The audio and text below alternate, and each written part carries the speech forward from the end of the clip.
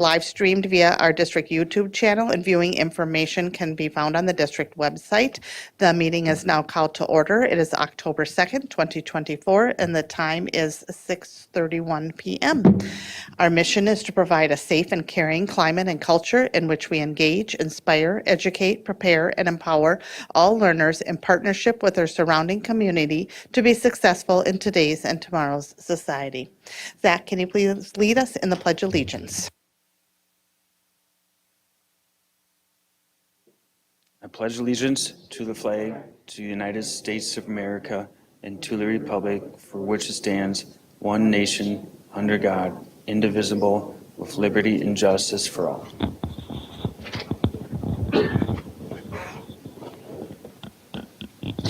Thank you. And then can you please call roll?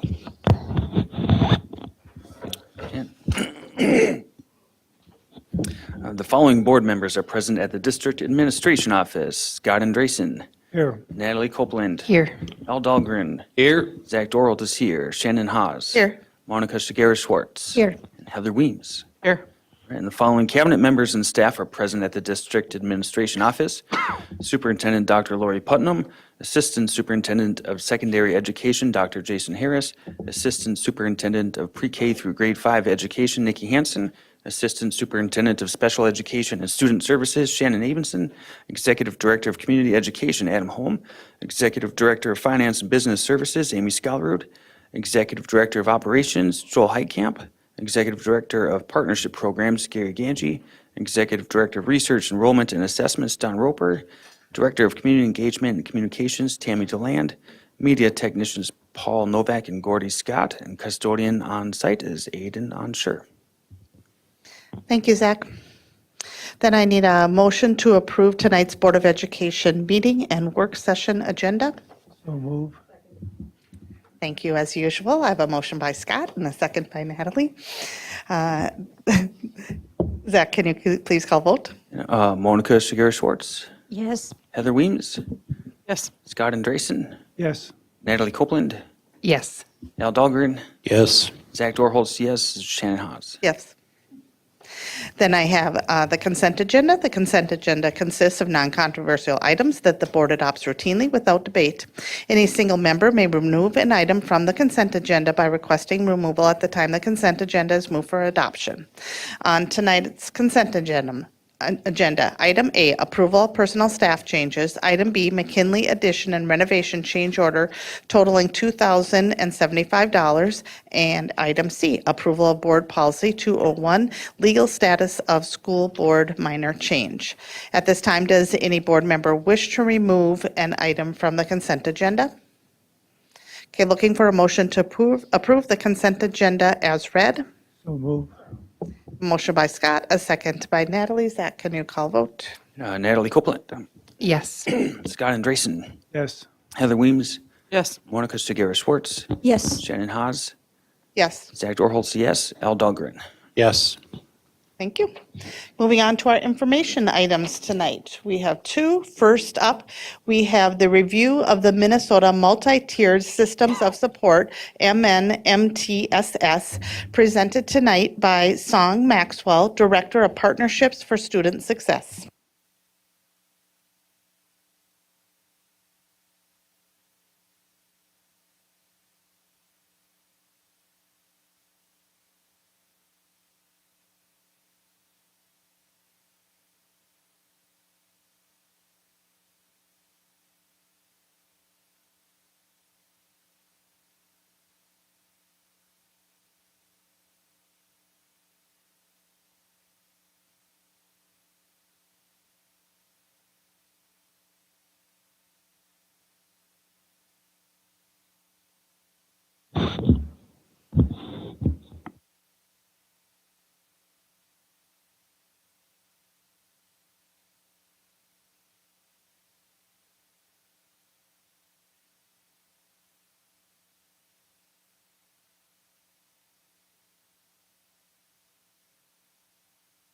Dedication to our students, our school district, and our superintendent.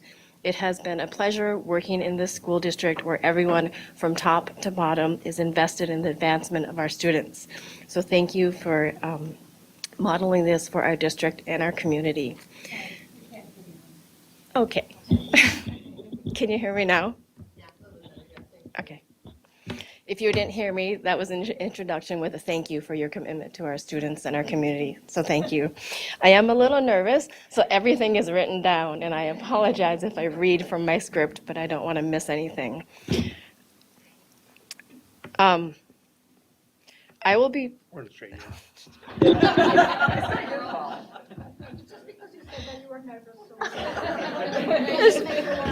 Check, check. Okay, this is making it really better. Thanks, Joel. Okay. Oh my gosh. Okay. I will be providing a brief overview on MNMTSS and how it streamlines with what we are already doing in the district. While MNMTS may be new for some of us, it is not new to education. In 2004, the Reauthorization of Individuals with Disability Education Act introduced the concept of response to intervention as an alternative way to identify students with specific learning disabilities. And around 2009, RTI was replaced with the term MTSS to use a more systems-focused framework. And because no two brains are alike, this is the roadmap for tonight. This is how we're going to go, talking about what MNMTSS is, why we use it, the 5 pillars of it, the district semi-survey, our results, and our goals for our district for this year, and how we will achieve those goals. MNMTSS, in the long form, is Minnesota Multi-Tiered Systems of Support, and in its most basic application, it is a model of continuous improvement, specifically in 5 pillars. Why we use MNMTSS is because it provides a baseline for commonality, a structure, and a framework for our district. There are 5 pillars, and while they might look separate, they are truly interwoven in application. It also creates, probably one of the most important things, is a reciprocal relationship between the district office and the school sites, creating vertical and horizontal communication. MNMTSS ensures that we comply with several federal and state laws and local policies and guidance. So MNMTSS is based on 5 pillars, and they are truly interwoven and guided by the foundation of the data-based decision-making, which is sort of illustrated here in this picture. Each pillar is composed of subcomponents, which helps us focus into their respective areas. The infrastructure for continuous improvement, these are our SIPs, our continuous improvement plans that our school sites already conduct. It will help us communicate vertically and horizontally, as I already mentioned. The multi-layered practices and supports allows every student to receive the support they need and to reach meaningful and rigorous learning standards. Family and community engagement amplifies the voice of marginalized and disadvantaged populations. And here I would like to point out, this is not just engaging our families and community in activities like family nights or conferences, but this is truly making sure that they understand the processes and we're communicating in a way that is culturally responsive to them. Assessment is another pillar, which is communicating why we're doing assessments with the students and family. That's what MNMTSS directs us to try and do. And then data-informed decision-making is using all of our knowledge and measurements for the advancement of our students. So how do we incorporate these 5 pillars into our work? MDE provided the SEMI, which is the Self-Evaluation of Minnesota Multi-Tiered System of Supports. For the district, this was a 101-question survey. For the schools, it ranges from 117 to 123 questions. It provides a baseline of self-evaluation for strategic planning and to further reciprocal relationships between the district office and the school sites. We conducted this in August to use as a baseline, And the district leadership team, we broke it up into 4 groups and evaluated the 101 questions. We self-rated ourselves between 0 being never, 1 being partial, and 2 being frequently. So these are our results from the district level. So this takes 101 questions and distills it down into something that we can actually understand, creating a visual representation, right? We can see if we're in red or if we're in green. Kind of makes it easy to see. However, this still needs to be measured against school site scores regarding questions as to whether or not, we're in alignment or not. As you can see, our multi-layered practices and supports is our lowest measurement here. And we will look at this in regards to what the schools feel and see where we can allocate our resources. The same goes for assessment, which is only 1/10 of a point higher, but that again might be a question of measuring whether our communication channels are open and clear enough. Furthermore, we'll do root cause analysis will be conducted to make data-informed decisions to allocation of resources and which pillars that we choose to proceed with first. And this helps us establish a dialogue and ensure systematic change across our district. So our goals for the 24-25 school year is about learning and collaborating for systems of implementation for next year. So this year, we're going to ensure that we have a common procedures and shared understanding in our district about the 5 areas, the 5 pillars we just discussed. This will be a collaborative effort. The assistant superintendents are helping us with this, and we're doing this on professional development days, and it'll help us align our resources and supports and our procedures. We will be creating a communication tool to house the MN-MTSS system information, which will be an internal website for our schools in our district. The process that we follow to ensure that these goals are met will be selecting one area of MN-MTSS to focus on each month.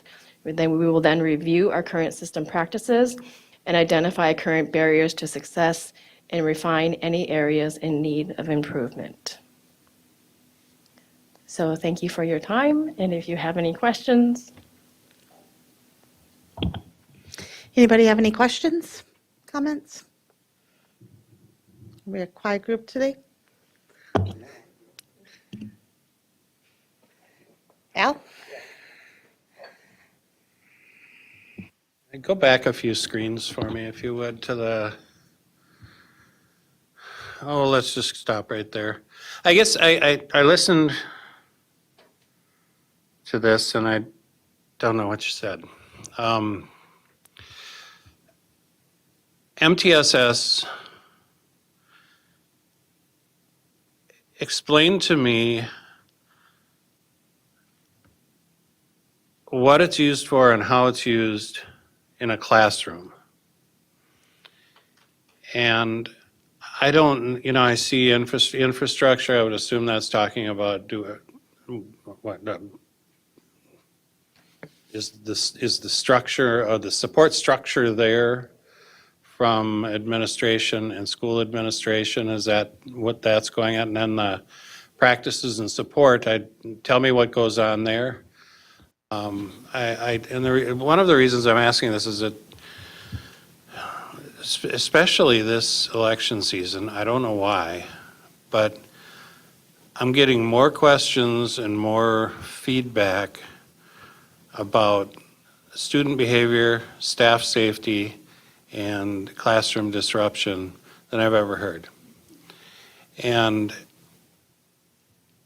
when we say multi-layered practices and support, it doesn't really mean anything to me.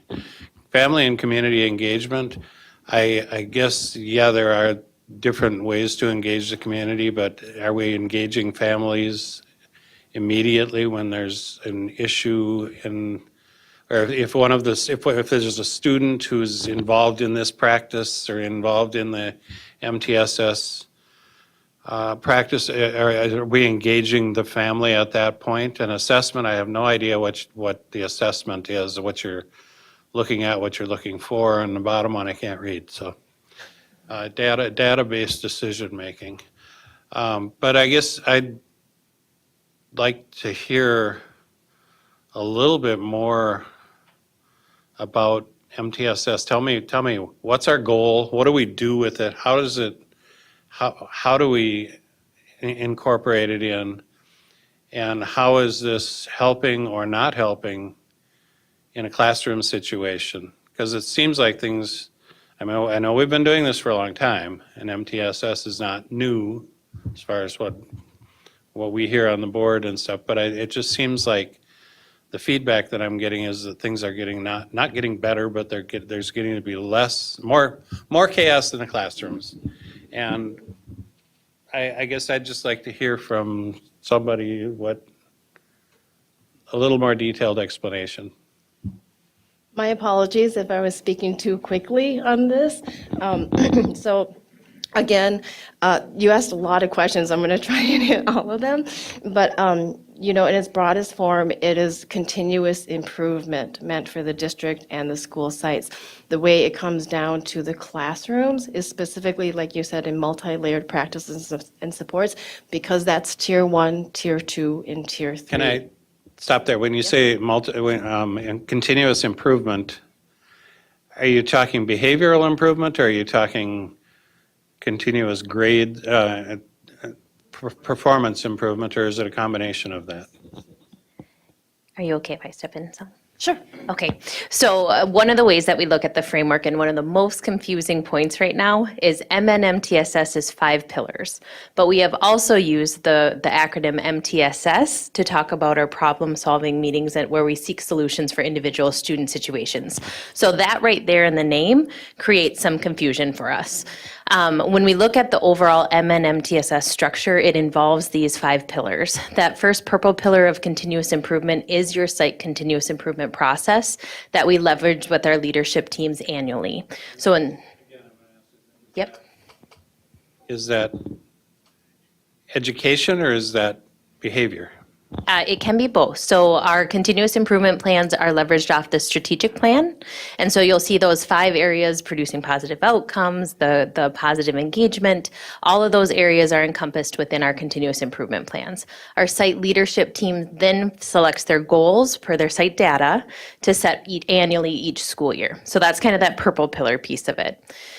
Where you got into blue and started talking about classroom engagement, Al, is where we see kind of 2 sides of a triangle. You see the social emotional side of the triangle, where we're meeting some of those dysregulation needs and mental health needs, and you see the academic side of the triangle. And that is really when we engage in those site problem solving meetings to help support and intervene with students at various levels of need. We talk tier 1, which is core academic instruction that all students receive in their classroom off of those Minnesota state standards. Tier 2, which we technically do progress monitoring, interventions within classrooms. Sometimes there's out of classroom supports. And then you get into more special education supports within that tier 3 layer. So it kind of works up from the ground up there. But that's where some of those problem solving meetings happen within our school teams to identify individual student concerns.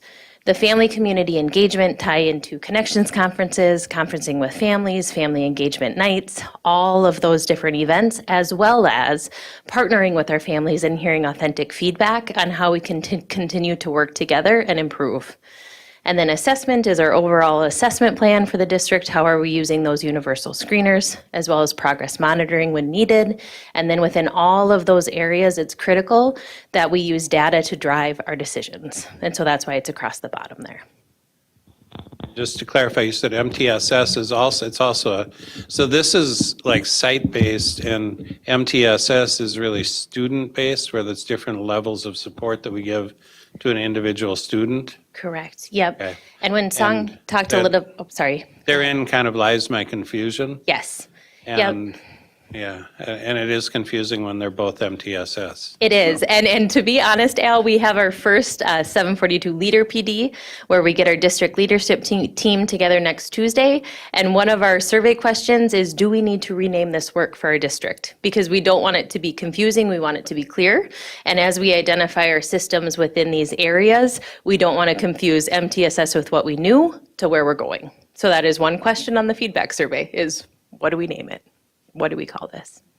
The state does call it MNMTSS. Right, and Nikki just hit on the point that I want to really reinforce, that Sung mentioned, is that this is a new state requirement and expectation of all school districts. So you will see, and we talked in our one-on-ones, right, a lot of this already mirrors much of what we do in our strategic plan and our continuous improvement. But the state has said, in their attempt, right, I think a fair attempt, to create alignment across the state, they have now said this, right? And so it is confusing. I was very confused, and still Sung will sometimes correct me, say, no, this is MNMTSS, right? And so, we are grateful for the guidance from the state, but it also creates a new layer of administrative obligations. So that's why we want to make sure you guys are aware of it as well.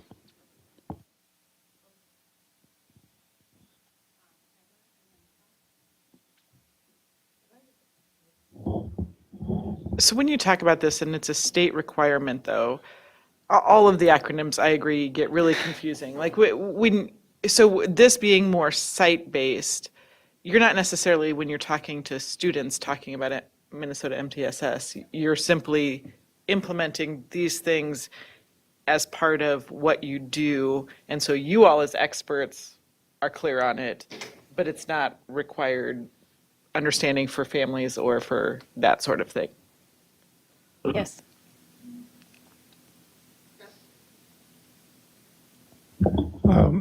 They talked about a survey that was done in August, and I was thinking, there's no students in August. But apparently this survey is for administration or for teachers or mid-level, or what is it for? There's a district survey that was done with the district cabinet, and then the survey is conducted with the school leadership teams. Thank you.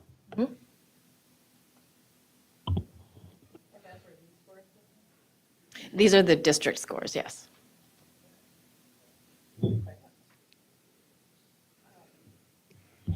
So this is what the superintendent's cabinet says? Yes. And then we haven't yet seen what the site leadership says. No, we're Right. not quite done with that. Okay, so this was step one, basically. Yes. And then am I understanding this correctly, that this is supposed to improve or enhance the way that the district and the sites work together? Is that what the hope is behind this? Yeah, so the questions to the district and the sites are similar, not Yeah. exactly the same, but they're all within, one of these pillars and things. And so we can drill down and see if there's similar self-evaluation or if we're really off. If a site, if the district says, oh, we're doing great on assessment, and a site says, I don't know what's going on, then maybe that's a communication issue, and we can identify that and rectify it really quickly. Yeah, that's the part of it that seems really good, actually, that it's like, when people will say, well, the district did this, it's like, well, who does that mean exactly? We are all the district, but like, usually they mean people in this building, versus school sites. So seems like a lot of work, number one. Another unfunded mandate, possibly, but also smart. Thanks, Song. Thanks. I think the only thing that I would add to the part of the work is what Superintendent Putnam talked about. It's tied right to our strategic plan, right? We're already there. When you look across the whole state, everybody's not there. And so it's really fine tuning what we do and making sure kids get everything they need and good experiences around learning. And so I think for us, it's what we're doing already, how do you even get better at it? And you look at your strategic plan and the 5 objectives, it aligns right to the 5 components of MTSS. And so with the guidance, we're there, and we just need to continuously improve. It might have been less confusing to us if you guys weren't so good at your job. Because it'd just be like, what would we do? A SIP? What is that? But we've talked about that for years, so good on y'all. Okay, anybody else? Thank you very much. Thank Appreciate you. your time. Thanks. Okay, one more informational item up tonight. We have the Minnesota Safe Water Plan update presented by Joel Heitkamp, Executive Director of Operations.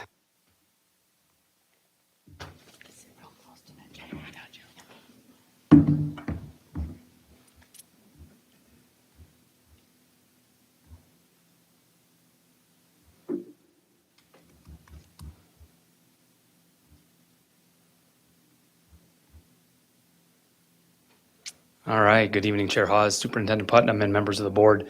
I'm here tonight to give you just a brief update on the Safe Water Plan for 742 as outlined by the state of Minnesota through statute.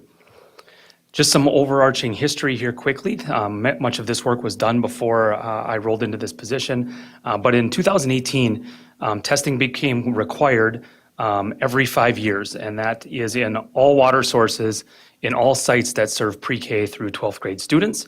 The last tests that were completed in St. Cloud were done in 2023. And again, that continues every 5 years. So our next round of testing would happen in 2028. Embedded within that statute is a requirement of notification. And so we notify all of our families annually of this specific piece, as well as many other pieces required through the state. That was done this September through our September newsletter. And that notification directs families to a link on our website, which has just a beautiful layout of all the different things that we need to notice our families. And it provides all the required information there regarding safe water in our schools. Some history in 2023-24, we had 772 water sources through all of our sites. Each one of them was hand tested by individuals within our system. Those go off to the Department of Health, specifically looking for traces of lead. And the threshold that was used up until 2023 was 20 parts per billion. I didn't put it in here, but I did a little research on my own, and the piece of information I was given that says that 20 parts per billion would be 1 drop of water out of an eyedropper in a 10,000 gallon pool. So it's not a lot, but that is the threshold that is currently used. Of the 772 faucets that we have here in our system, 19 water sources were found to have a threshold that was too high. And those are all water sources. Those include sinks in restrooms and sinks in workrooms and custodial rooms. We test them all. So that prompts a retest of those 19. All of the sites and all the individual water sources are linked on the district webpage, which I provided a link to here, but again is public to everyone that would like to look, and they're laid out by building. So when it comes to mitigation of those 19, we do a water flush of that system. They give some guidelines as to how much water needs to go through them. And then a second round of testing happens on those 19 faucets that were out of range. On a second time through, only 5 of the 19 were still at a level that was too high. And so we do a couple of things. After we do the water flush, we can do whatever we can to replace, whether it's the faucet, the spout, as much of the piping as we can access through the wall. Through those mitigation processes, 4 of the 5 were still out of range, which we ended up capping, so they're no longer in use. They were also deemed very unnecessary. Again, we're talking about, none of these were drinking fountains. They were all in sinks and workrooms in places that weren't ever being accessed by students and that were not, again, necessary to day-to-day operations. One of them that we replaced is now functioning and well within range, and then we did have 1 sink that wasn't working at all through the testing, and that was replaced and is now functioning well, good as well. The big part of this evening is that in 2024, after our round of testing was done, the legislature made some changes and they lowered the threshold to 5 parts per billion. And we do have a number of water sources that would fall now in that middle range of 5 to 20. And although the statute states we don't have to do anything until our next round in 2028, we are going to begin mitigating all of those. We already actually have. I got a notification just the other day that one of those is already taken care of. And so in the next 5 years, our plan is to tackle a handful of the ones that would be closest to 20, and then work down to closer to 5 in the next handful of years, so that by the time we come to our next round of testing, we're going to have to hopefully do very little mitigation and just that testing to confirm that we have fixed those individual situations. And that's what I have this evening. Any Okay, questions? anybody have any questions? Scott? Yeah, how many are in the mid-range between 5 and 20? I believe we had between 75 and 80. No, our plan is to tackle about 15 to 20 a year and be done before 2028. Okay. It's a great plan. Thank you. Al? Does this apply to only schools? The statute that I looked at is specific to schools. I guess I didn't dig any deeper than if it applies to more than schools. But the way the statute is written, it only applies to schools. Okay. I'm asking, kids are in school part of the day, part of the year. But they drink water every day Yeah. at home, and there are other public places such as community centers or fire stations and I'm wondering, but there's no testing requirements for any other public buildings or? I didn't dig any deeper into this, any other statutes other than what applied to schools. I have one other question for you that's not on that subject. How is the time plan or the time frame on McKinley? As of right now, we're still on pace. Still on Yep, schedule? still on schedule. And when was that expected to be completed? Sometime in November, I believe. Okay. Yep, so we're about 6 weeks out. Okay. Yep. Great. Okay, thank you. Okay, moving on to our discussion and action items. They're all action items. First up, we have approval of the superintendent's contract presented tonight by Monica Segura Schwartz, Chair of Board Personnel and Negotiations Committee.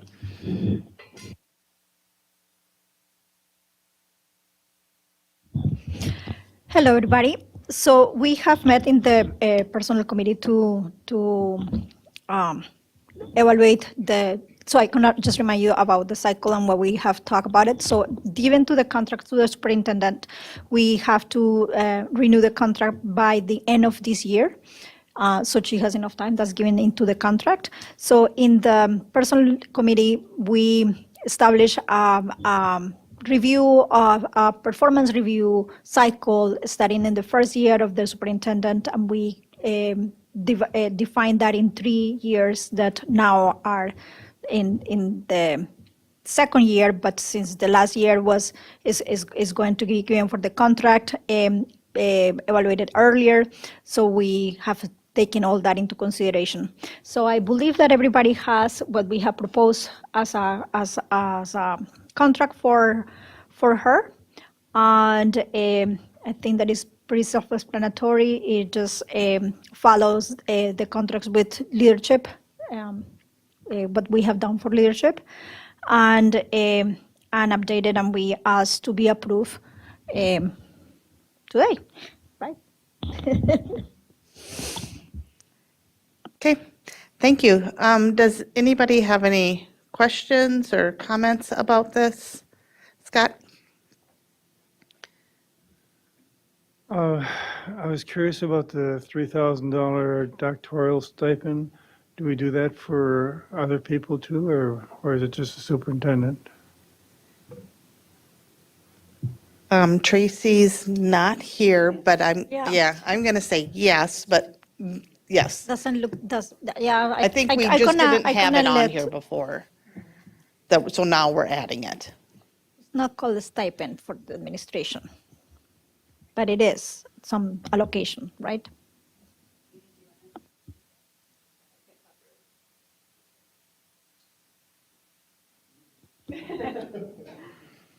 I do know that the stipend is in those contracts. I don't know if the amount is the same or different, but we did add that to those contracts last round of negotiations for both principals and executive directors.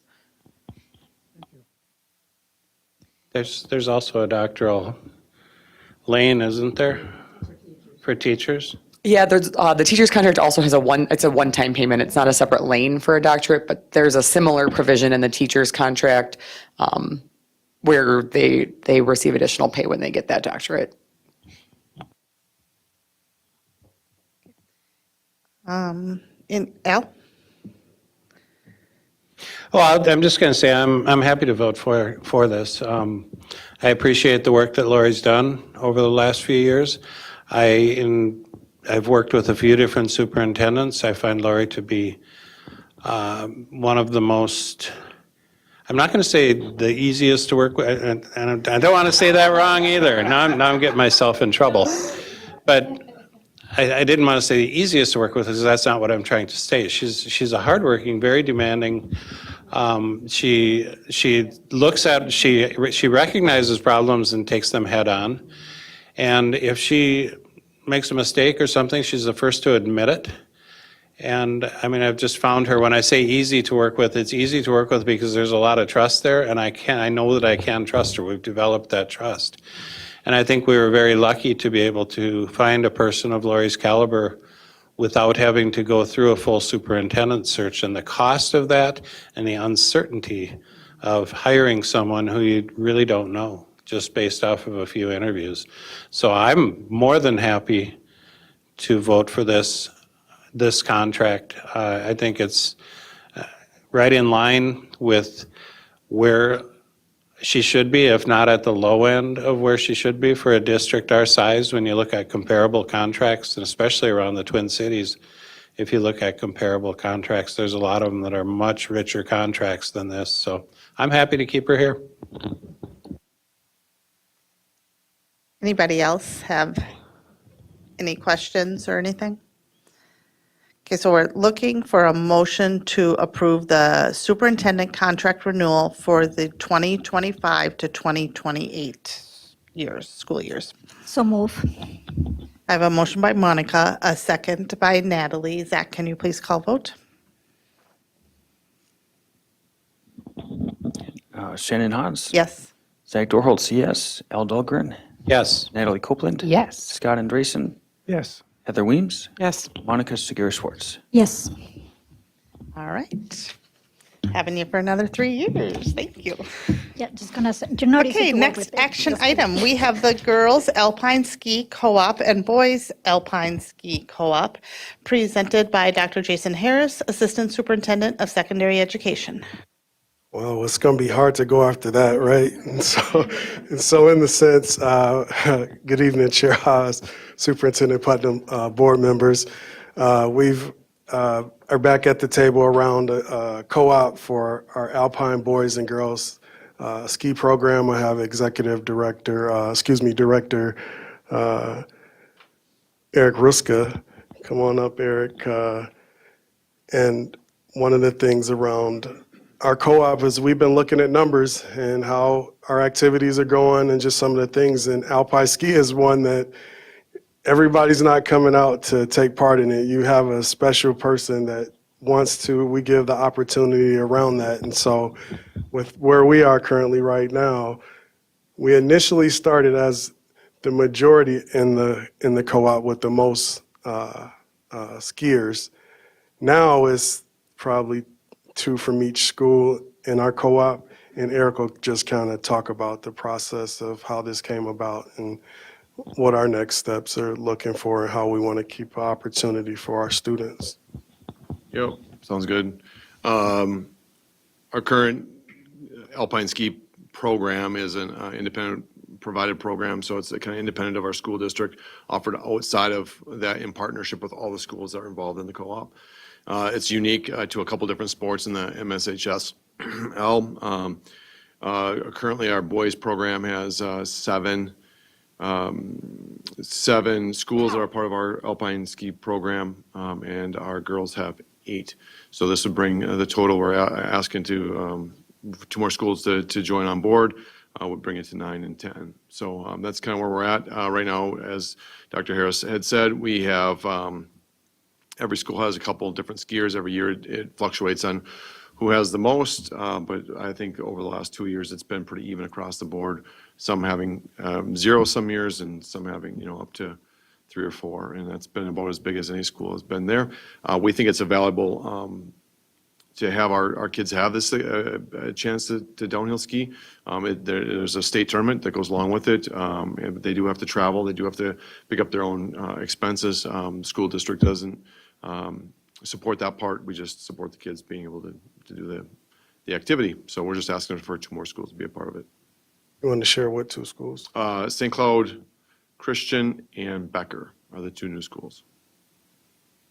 And they've all been approved by their school boards as well. Al? What are the barriers to participation? In this sport, travel, cost. I mean, it's a sport that definitely is filled with those barriers and very, because they practice down at Powder Ridge, which is down in Kimball. They transport themselves. The meets are, there and across the state. So there's some travel there. Cost of equipment, cost of, they pick up with all the coaches and whatever else. So, and for the most part, the skiers that ski are fully aware of what that looks like. And I guess that's part of their sport, so. How many teams are there that we would state? compete with?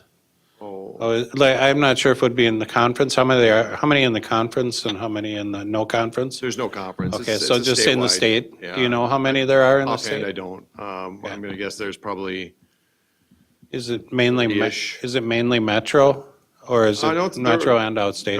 they're out, there's plenty outstate as well. Yeah. Okay.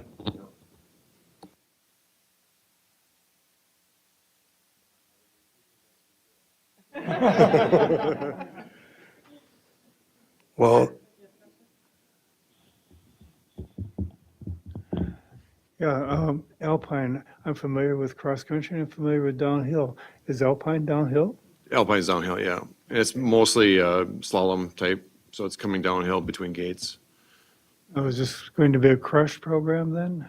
It's already in existence. They call it the breakaways because, and I don't know all the history to it, but because of the amount of schools that came together at one instance, that's the way they did. And this is obviously this is pre-crush. So like I said, we have two of the 9 or 10 schools in it. Is it going to become a crush program? That's something that we haven't discussed, mainly because we have it's so little participants and they're on there. It's an independent provided, so it's kind of separate than the school. We just support our kids to go to those programs. And because we are the host school, because we're the biggest of the schools in the co-op, or we're the biggest school in the co-op, we get to control the rules that go along with it as well. So that's, I think, why it's always been maintained in our district. Thank you. Just wanted to thank you for doing that as a ski patroller who might be picking some of them up off the hill when they crash. And it is a sport that fluctuates a lot. I say time is the biggest, right? I mean, it's 25 minutes from here to Kimball, but the trends are going upwards, and most of these teams are kind of regional, right? So, we got this side of Powder Ridge, and then there's more south side, Annandale, Buffalo. They have their teams, and I think there's about 30 teams overall statewide, and most of them have a home hill, and might have 1 or 2 teams per hill. Thankfully, we got our own, which is kind of luxury, even though it is 25 minutes down the road. So, yeah. Still trying to talk my girls into doing it. They're not quite at that age yet. Okay, any other questions? So this is a action item, looking for a motion to approve the new girls Alpine Ski Co-op and boys Alpine Ski Co-op between Tech High School, Apollo High School, Rocori, and Sauk Rapids Rice Schools. district makes a recommendation to approve the co-op. Oh, okay. There is, and that's all that's on my sheet, so. Oh, yeah. You Okay, don't- The high school league form only allows you to put 4 on each sheet, so there's multiple sheets that are, my apologies, but. okay, no, that's okay. So the motion is just going, tell me what the schools are again? It's Big boy. Becker, that's what, Cathedral, the new schools are going to be St. Cloud Christian and Becker. okay. Join the current breakaway The schools. current ones, okay. So looking for a motion to approve the girls Alpine Ski Co-op and boys Alpine Ski Co-op, new relationship. So move. Second. Okay, I have a motion by Scott, a second by Heather. Zach, can you call vote? Zach Dorholz, yes. Shannon Haas. Yes. Monica Shakira Schwartz. Yes. Heather Weems. Yes. Scott Andresen. Yes. Natalie Copeland. Yes. Al Dahlgren. Yes. Okay, thank you very much. Okay, then we have a third reading up tonight, the proposed revised board policy 520. It is the student surveys as revised, presented by Shannon Avison, Assistant Superintendent of E through 12 Educational Services.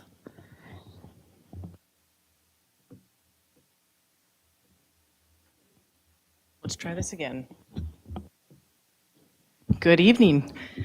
All right, as we said before, our third reading, I think we've gone through some of the language at the last couple of board meetings.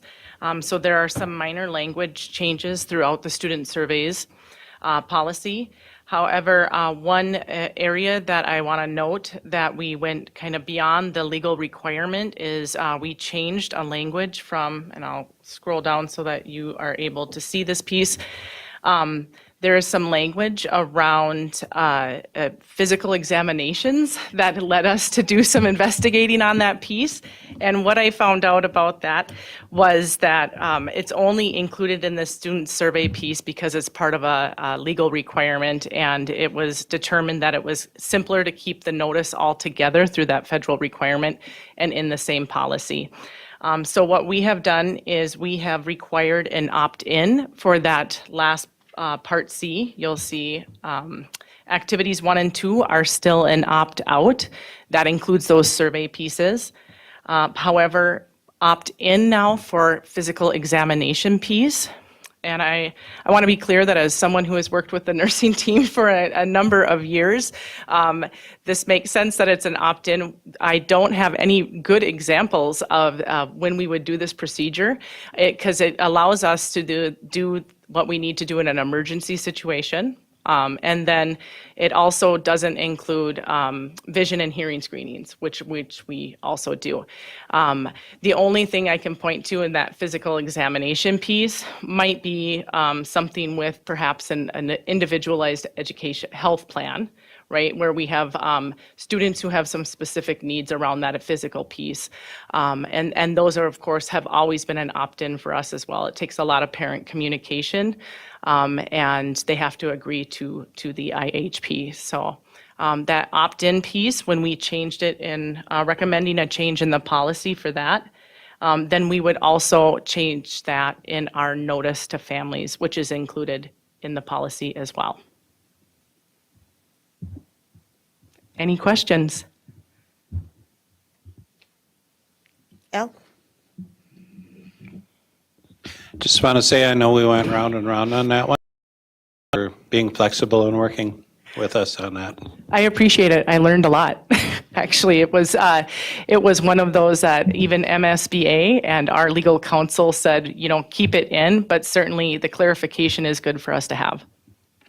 I think the other add was we really understand that we offer limited surveys. We don't offer a lot of surveys. And you remember when Executive Director Roper came up to talk about it, this policy helped us to really look at how do we give surveys, what information is given to families, how do they have a consent and opt out. And so it was really good because we were starting at the beginning of the year. So it really helped us all in how we look at it now in surveys. I think it was helpful.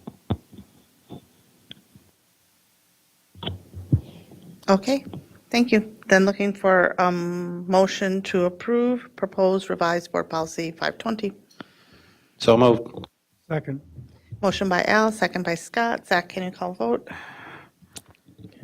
Natalie Copeland, Yes. Scott Andresen, Yes. Heather Weems, Monica Segura Schwartz, Yes. Shannon Haas, Yes. Zach Dorholz, yes. Al Dahlgren. Yes. Okay. I was looking at this action item saying, wait, it's not an action item, but yes, it is an action item. So next up, we have a first reading that is a proposal to request to approve it, to make it an action item. It is the proposed revised board policy 522, which is the Title IX sex non-discrimination policy and grievance procedure, presented by Shannon Avison, Assistant Superintendent of E12 Educational Services. All right, thank you. I just want to clarify, it's an action item because if policies come before us at the committee level that are, the changes that are being made are statutory in nature, we can bring it forward with one reading rather than the three reading process. So that's why it's coming for action item on the first reading. Thank you, and I actually am presenting this on behalf of Tracy Bowe. She has worked really hard on this, so I'm going to go through a couple of the pieces that she wanted to make sure I noted with you tonight. Board Policy 522 is the policy that prohibits sex discrimination under Title IX. This policy has been reviewed by our Personnel Committee and the Board Development Committee. It was last revised in 2021 following 2020 changes in the federal regulations by the Department of Education. The department issued new regulations again this summer, and those took effect on August 1st, which is what Al is pointing to, is that it's a new legislation that we're required to do.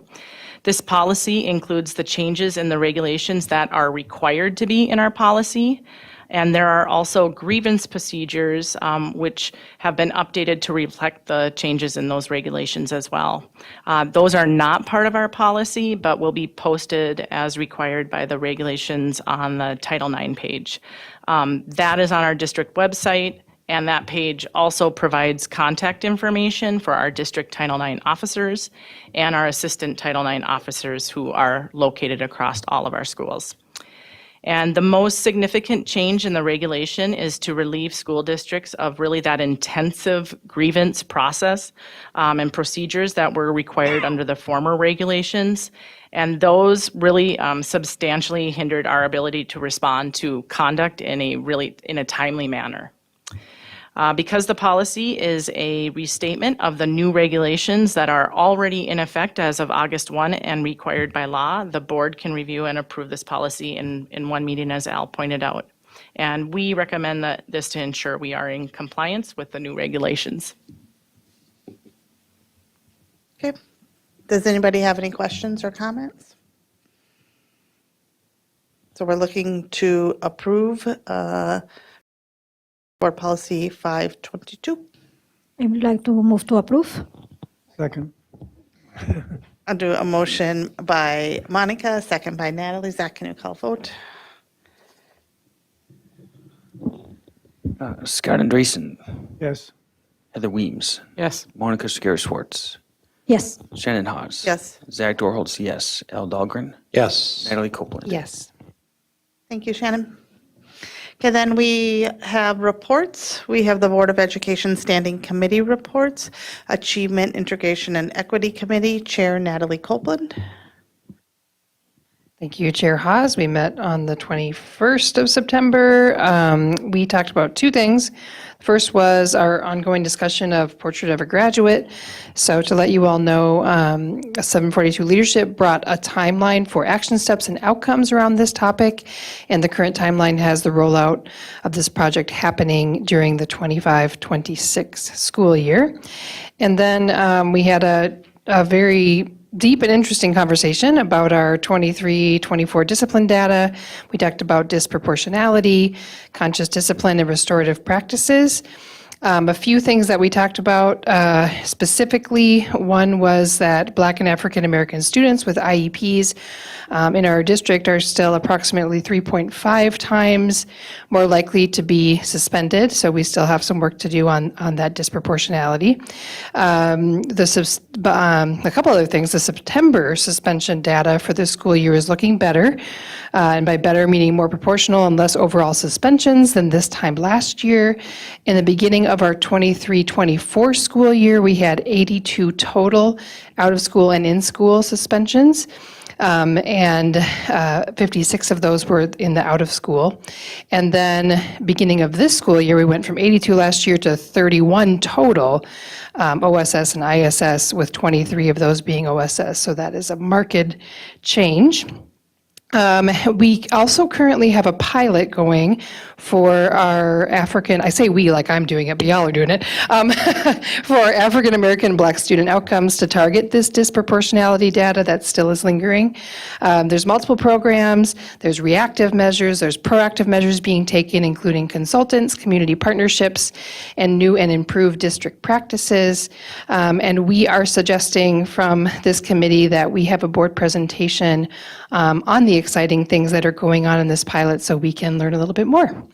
And our next meeting will be sometime in October 16th. Thank you. Thank you. And then we have Board Development Policy and Governance Committee Chair Scott Andreasen. The Board Development Committee met on September 26, 2024. Executive Director of Human Resources, Tracy Flynn Bowe, brought forward proposed Board Policy 522, Title IX Sex Non-Discrimination Policy and Grievance Procedure, which we talked about already tonight. Assistant Superintendent Harris and Avenson shared revised proposed Board Policy 520, student surveys, and proposed Board Policy 201, legal status of the school board. The three policies were reviewed with recommendations to move forward with proposed Policy 522 for a first read, proposed Policy 520 for a third and final reading, along with proposed Policy 201 recommended for the consent agenda at tonight's board meeting. We've done it all already. Thank you. Next is future agenda items. The October 16, 2024 board meeting and work session topics will include the North School presentation, approval of the 2024 to 2027 strategic plan, and some policy readings. At this time, does any board member wish to suggest a future agenda item? Monica, yes. I like to suggest that we have a retreat this year, and I know it's a year of elections, and I would like to suggest the retreat by the end of November. By that time, we will know who are the board members that are going to be in here, and I think that it would be a good idea to have a retreat with incoming board members and also the outgoing board members together. So I wanted to suggest that topic. Thank you for that reminder. Do we usually do it in before we switch over? I can't remember when we do this. I don't think that we have a usual. So, I don't think that we have a usual. When I was the first time in the board, I went to a retreat with the outgoing board members. the outgoing ones too, okay. I do remember that, but it was the only time that happened since I had been here that way. But I think that is a good idea, and I would like us to do that. So to schedule it after we know the results of election Okay. and before December, because December is crazy. Are you talking about a half a day, a full day? Are there agenda topics that we want to talk about? And should we, lots of questions here. I think board policy kind of tasked that on, if I remember, but I don't remember. Yeah, that's a task for board governance.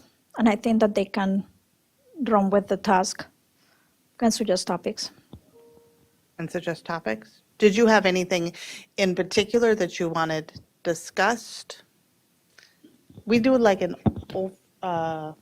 an overview of the different executive directors and, It's kind of a state of the Org chart. district, state of the district, state of the departments. okay. And that usually takes half of the meeting, right? Yeah, probably 2 hours. I wouldn't mind if we're going to do a retreat and spend some additional time. I wouldn't mind taking on the topic of, I'm not saying finding solutions for necessarily, but taking on the topic of student and staff safety and classroom disruptions. Okay. I also would like us to have some time as a board, kind of a work session that we are able to brainstorm ourselves and work ourselves into concerns that we all share about the district. I don't think that we have ever an opportunity to really talk to each other as a group about what are the concerns and what things we would like to improve, and having some, so it's not free time, but it's less a structured time that I would like to propose that we have. One of the things that I like to figure out better is, I don't know, other ways to get input from people in the district for board members, for example. How would that look like? What things had been done in the past? What had been the problems that those things have happened? I mean, I have brought up several ideas during my time here, and these ideas have been answered by one or two people with the one or two people perspective of how those ideas are good or bad, or have issues or not. And I think that it would be nice to maybe discuss among ourselves all that. But again, we can suggest topics as I'm not pretending to structure the retreat right now. My agenda topic is to have this workout. Yeah, I just kind of thinking we should give this a shot in the arm here, because it is October and we're talking probably November. We are hitting the holidays and that's probably harder for people. When do you meet next, Scott? Do you know? Got one coming up at the end of this month, I think. Yeah. It's really short notice. We have done it in December before, like December, right around okay. the 10th or 11th or somewhere right in there. Okay.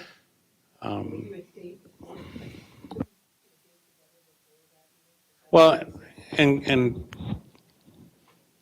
it really, I think it really, the importance of having it in December with new board members would depend on if and who, I mean, who the new board members are and if it's new board members.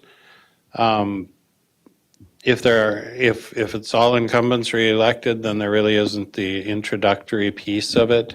If it isn't all incumbents elected, I know one of the candidates running has been on the board for several years before and is very familiar with board work. So I think, we can commit to it. We can commit, I'm never doing anything anyway, but we can commit to a December board meeting or a retreat if it's in early December. But Okay. the piece on state of the district and state of the departments has really been an introductory to new candidates or to candidates that are new in office. And I don't know if that piece is really missing from the current board members. So it really Yeah. depends on the results of the election. Okay. Really good points there. And then, if we have some change and then we set a date and then they can't even come, well, maybe we don't want to set a date until after the election to make sure that new people can come. Natalie? I don't know the protocol for this, but could we let everybody know that if you're elected, would be your first thing? Just because that time of the year, and even now, like, my fall calendar is whoo. So to get that scheduled now and get it out to everybody, I don't think that there's anything wrong with that necessarily. Good idea. I don't have an issue with that, except they aren't being paid until the first of the year, and they aren't employees of the district until the first of the year, so we can't really require them to come. It would be voluntary. I think when that happened in my year, I was invited. I wasn't required. Yeah. Strongly encouraged to attend. Yes, I was there. Okay. Yeah. Oh, absolutely. Yeah. Okay. Thanks, Monica. Great idea. Okay, then I'm looking for a motion to adjourn the board meeting part of our night. I move to adjourn. Second. I have a motion by Monica and a second by Scott. All in favor, say aye. Aye. Aye. Opposed? Okay, so board meeting is adjourned at 7:36 PM, and we are opening up the Board of Education work session. We have 2 items on our work session tonight. First up, we have the 2023 to 2026 Strategic Plan Review presented by Superintendent Lori Putnam, as well as Donna Rober, Executive Director of Research, Enrollments, and Assessments.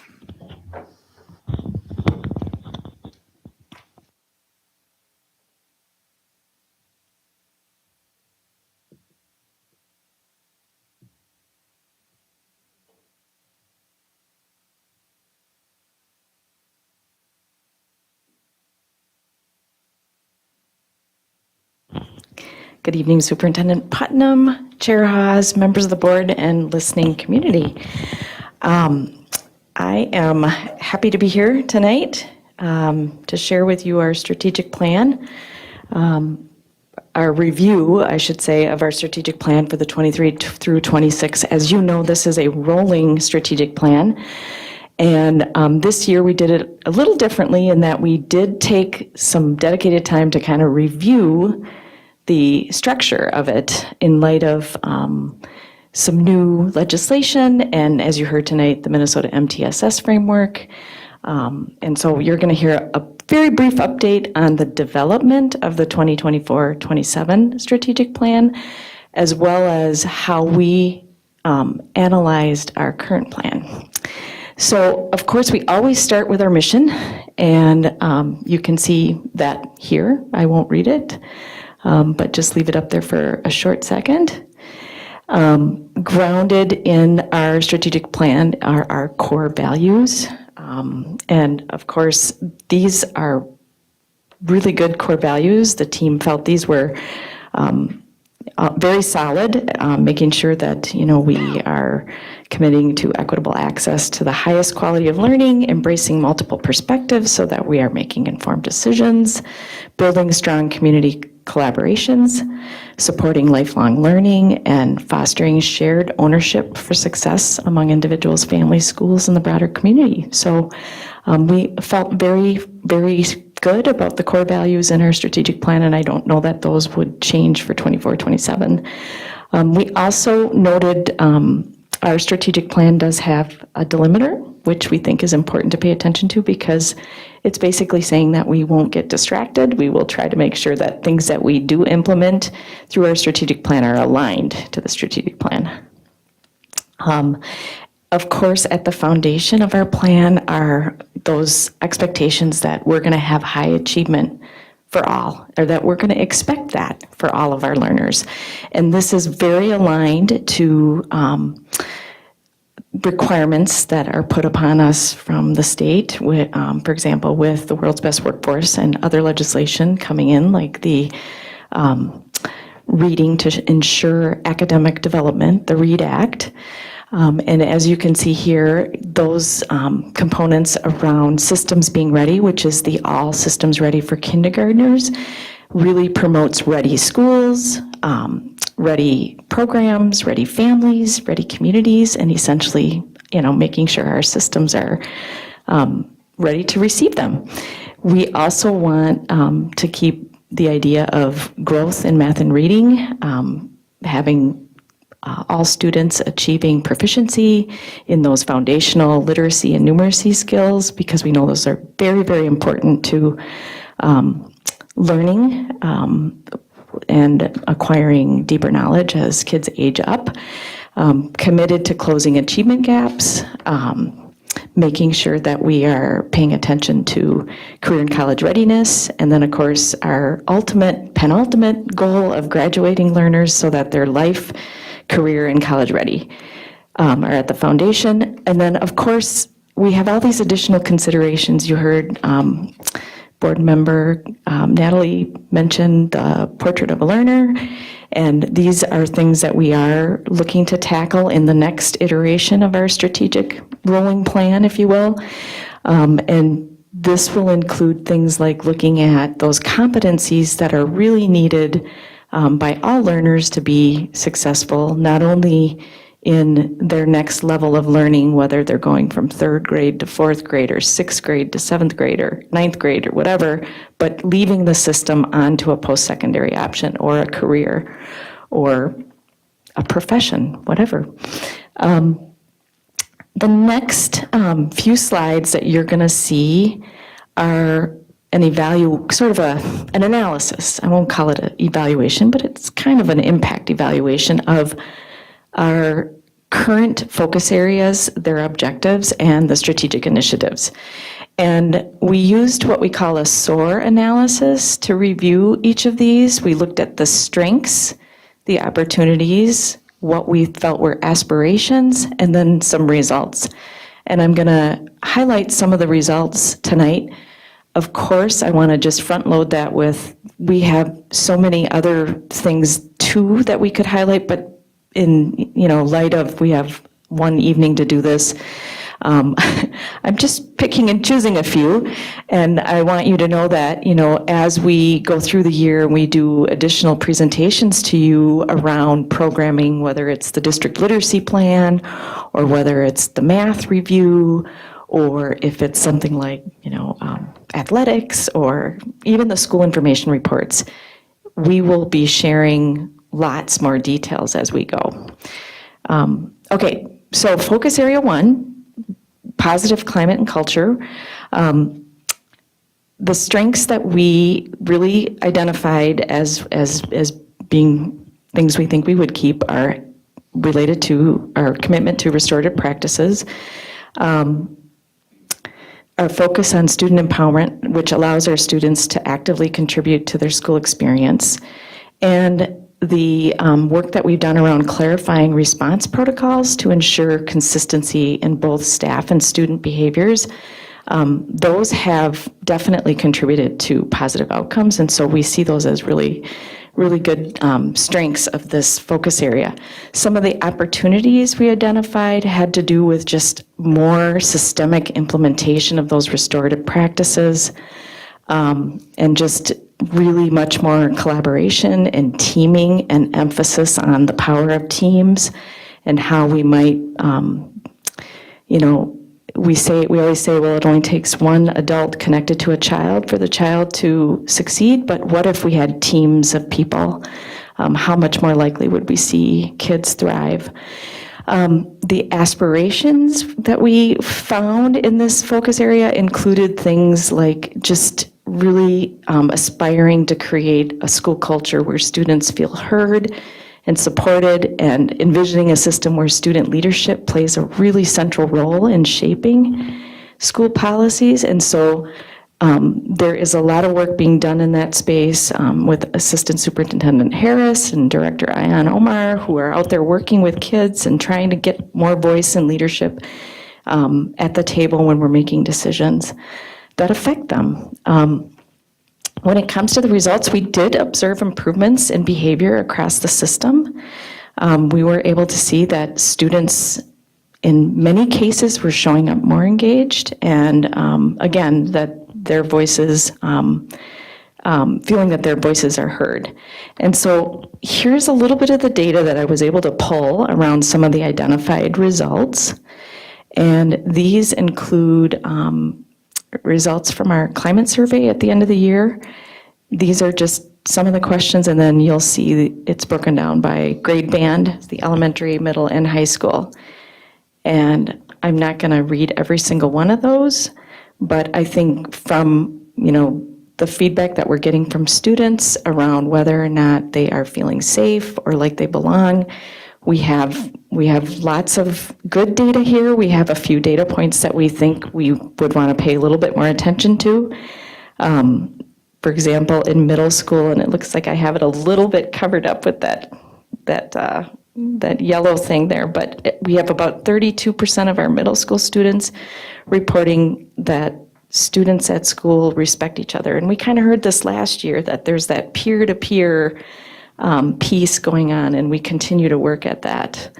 One of the big things that came up in the review was just the number of schools that are implementing these recognition programs for kids and how great those are and how well they're working, along with just looking at the data. And you heard Natalie speak to a little bit of the behavior data, but overall, when we looked at incidents last year, we did see a 10% decline in the number of reported incidents for the 23-24 year over 22-23. So that was a celebration. So going to the next focus area, instruction that produces positive outcomes. When we reviewed this area, we see some of our strengths and how we are committed to moving research-based, data-informed practices more closely to the classroom, and also just in our own work is as a district, as a system, at our department levels, at our building levels, being more committed to really following kind of the lead of what the data and the information is telling us. We see opportunities for structuring more personalized supports for students. And then we also highlighted the learning that so many people have been doing around letters, for example, and those research-aligned reading strategies. Some of the opportunities that we identified were around classroom assessment practices. Again, helping people understand what personalized learning paths could look like, expanding our SEL supports, and then continuing our science of reading literacy instruction and expanding that to more and more professionals. Some of the aspirational things in this area were that we're really aspiring to understand where high impact learning is occurring.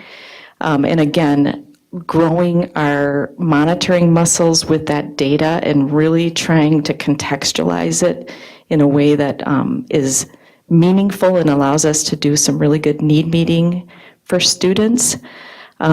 We, obviously aspire to have a more equitable outcomes and closing that gap in learning. And then again, focusing on knowing more about performance-based assessment that is as learning. So growing those metacognitive, reflective skills that we know students are going to need to be successful. And so some of the results that were identified were around some improved academic performance, around strong systems of support and enhanced teacher capacity. And so I have a few slides on the data to kind of speak to those things. What you're seeing here are our internal interim standardized test scores. And this year we had a lot of baseline data being collected because we implemented new measures, FastBridge primarily, iReady for math. We continued with STAR in 6th through 8th grade, but we're repositioning that tool to be used for the purpose it was intended. So it's less about informing instruction, more about understanding how the system is doing. So lots of work being done in the area of assessment. And again, K1, they're measuring those early foundational literacy skills and the early numeracy skills. And obviously, a majority of our kindergartners need a lot more support in reading. This is not going to happen alone just by us. We have to make sure everybody knows our kindergarten students need more reading and math support in and out of school. This is going to require lots of arms put around all those kids. But we are seeing progress, and we are seeing our instructional staff feeling more equipped to address some of the reading challenges. The goal is really getting our K1, 2, 3 staff to a place where they know what might be breaking down in some of the reading for kids as a way to kind of move these scores. We had very high participation on all of these assessments, which is great. We know that using some of these standardized measures consistently will help us track where we need to put resources. And then I just want to say that the persistence in services, how we're building out more support for those who maybe are not in the deep red, but like in the yellow, is something that these measures are going to help us get better at. So I call them the cusp kids. I call them the kids that sort of fly under the radar, but we never really catch them. So having these really good practices set up and in place, we want to be catching kids to do those supports. And then I wanted to also make sure I spoke to the number of special education students that we are supporting.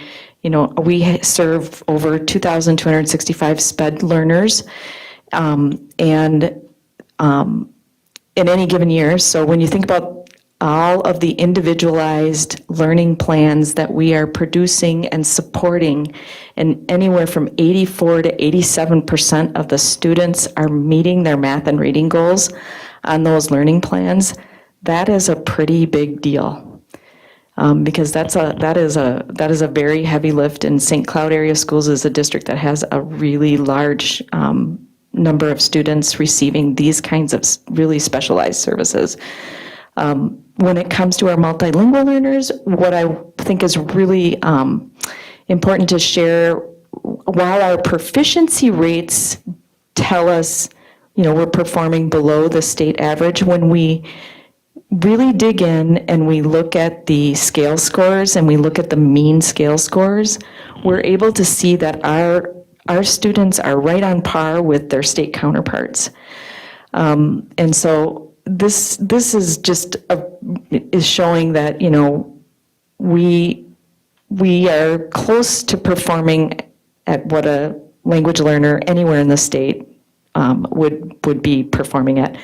And again, I think we need to see this as a celebration in some ways, because our students, there's so many more kids in St. Cloud and so many languages, and the supports that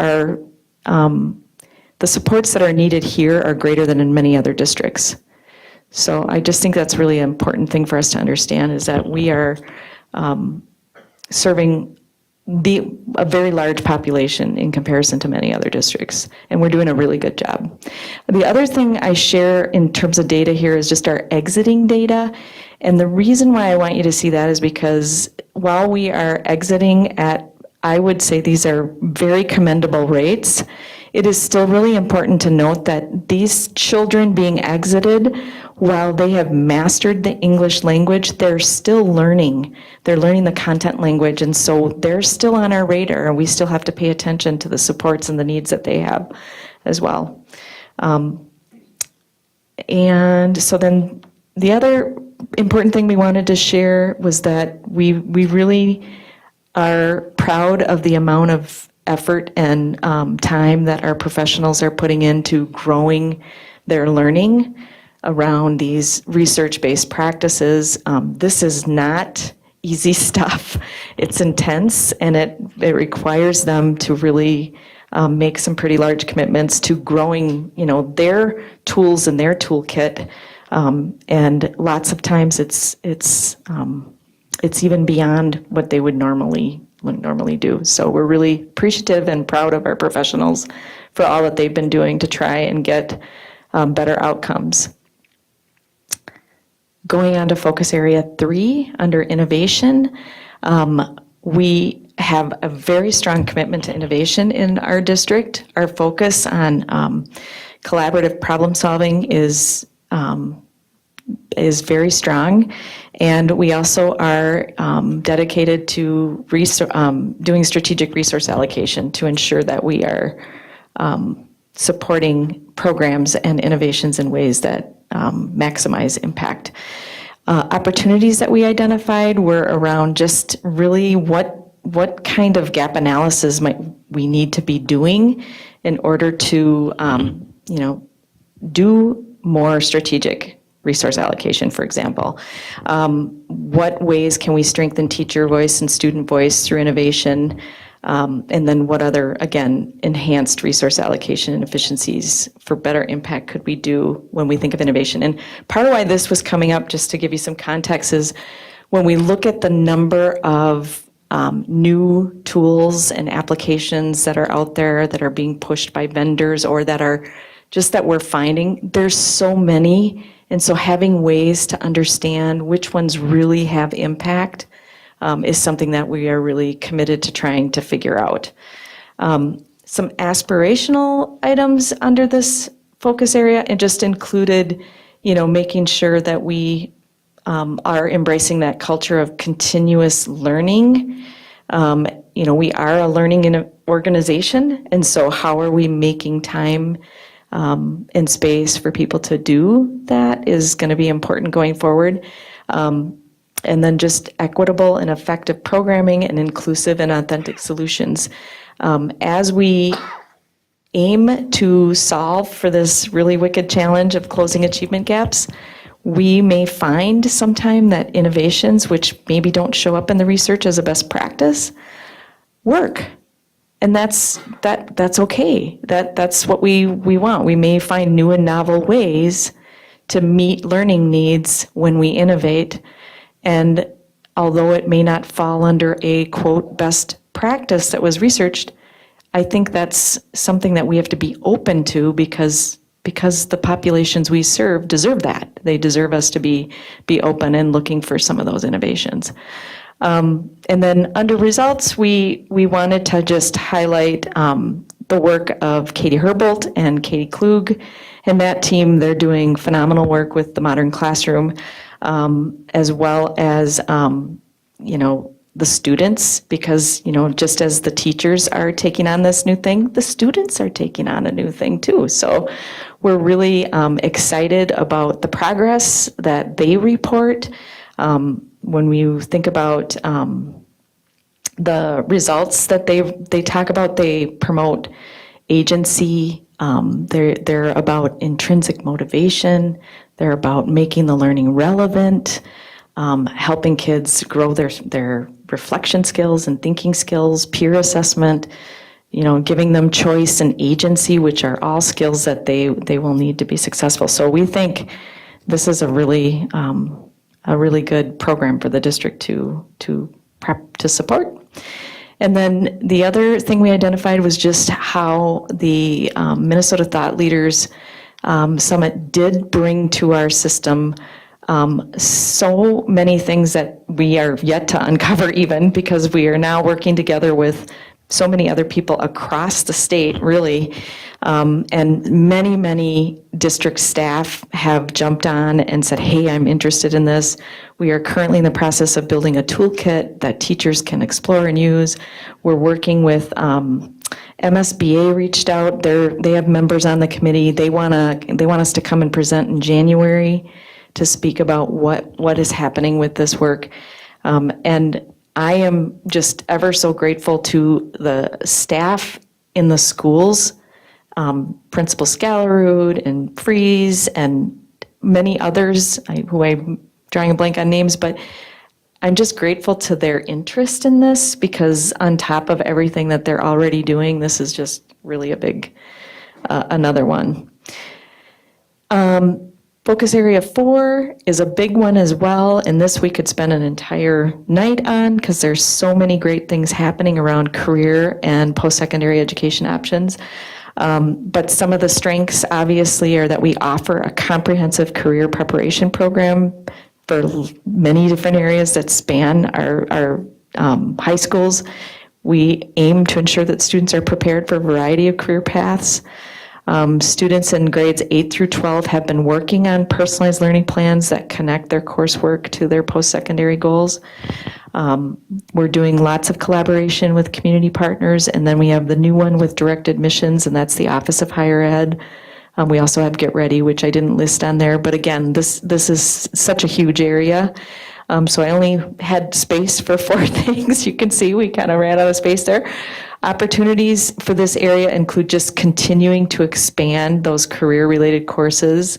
encouraging kids to take those college credit classes and certifications, giving kids opportunities for more work experience, and then just PSEO as well.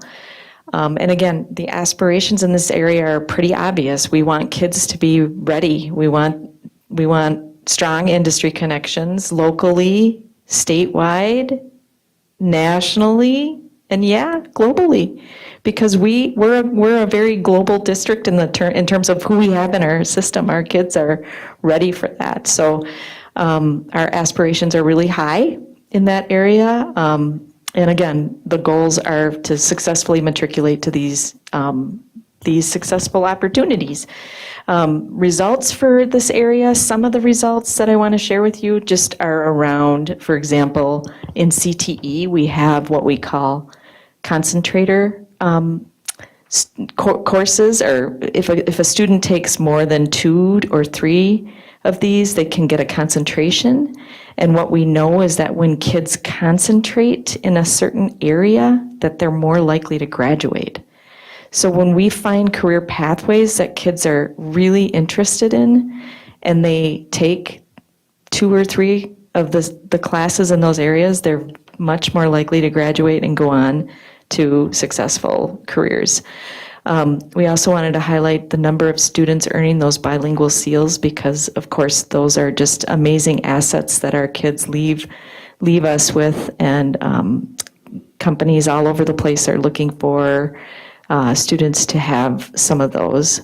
And then finally, the work experiences, I was able to kind of get this at the last minute, but I know that there's so much more to tell, so many stories around work experiences for kids. These are just the numbers that principals reported for students from last year.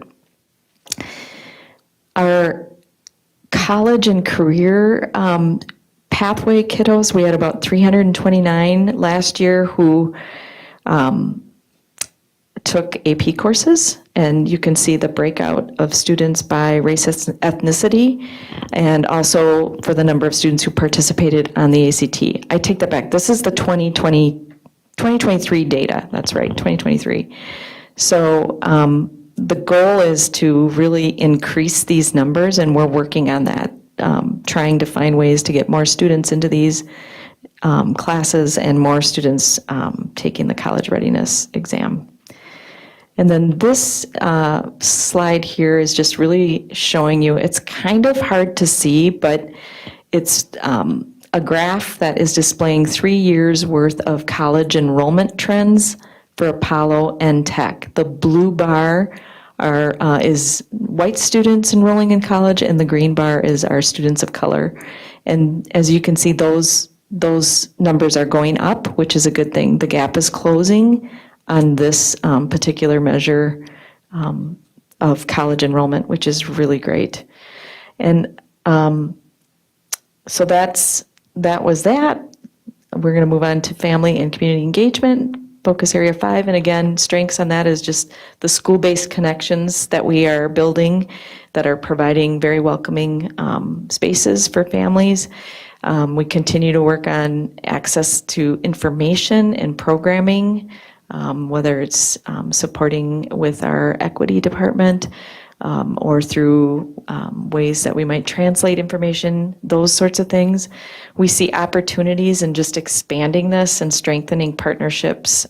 We know that this is really an important area.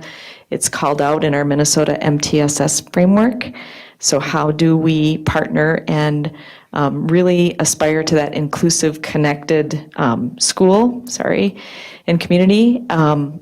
And then as far as results in this area, we did look at some of those connection conferences and family engagement nights were called out as being really well participated in.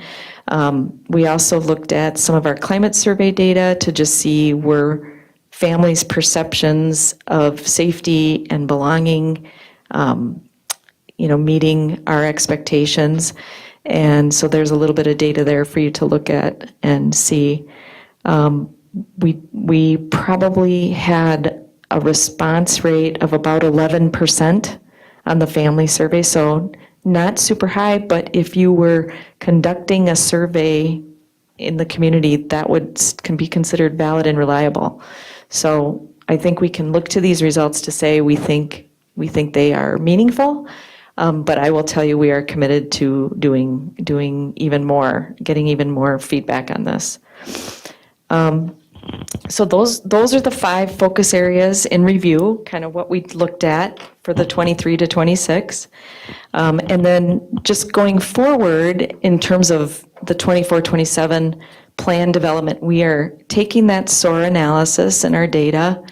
We're going to look at the legislative changes that are coming, well, that have been adopted, really, the READ Act, and then the World's Best Workforce has changed from World's Best Workforce to Comprehensive Achievement and Civic Readiness Report. And there's a new requirement that districts figure out how they're going to measure students who are prepared learners for life. So we have a little bit of work to do on that, and we have a team that is meeting. We also, our continuous improvement framework is really one of, as you heard earlier from Sang, one of reciprocal responsibility. And so helping our leaders understand what the Minnesota MTSS, which is, I like to call it a multi-tiered system of success. It's meant to support success for all.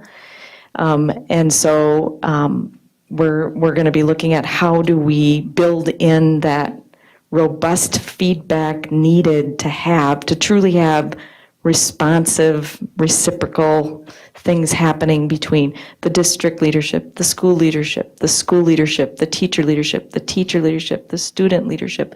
It's just those cycles of feedback that we have to make sure we're developing, and that they're robust and that they're responded to and they're authentic.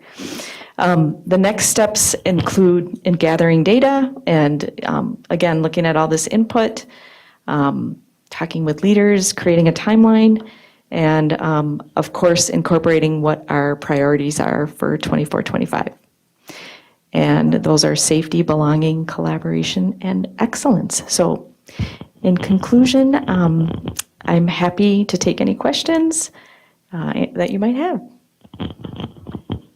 Thank you. Al, and then Natalie.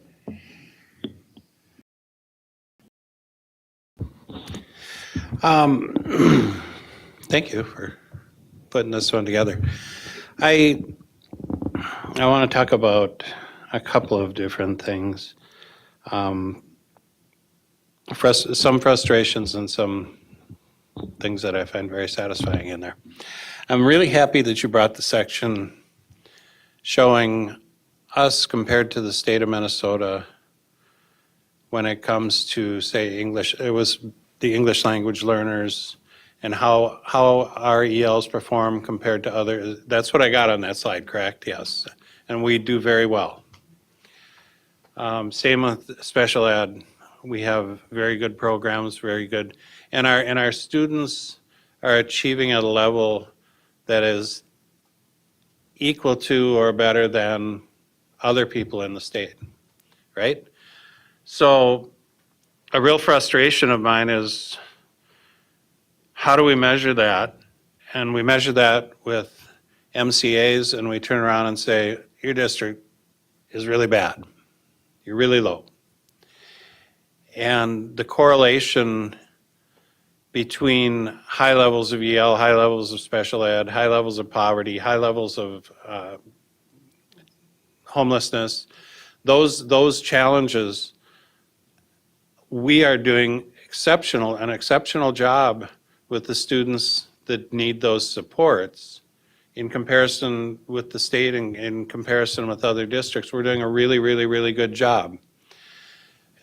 But MCAs are comparing how we're doing with those students compared to how other districts that don't have those students are doing with their students. And it's a really unfair comparison. And I know I talk about Maslow's pyramid all the time because I'm a big believer in the concepts of that. But I really wish that instead of saying hey, St. Cloud, we're going to look at your students and we're going to compare you to Sauk Rapids or Sartell or Edina or whoever, and we're going to rate your district based on that.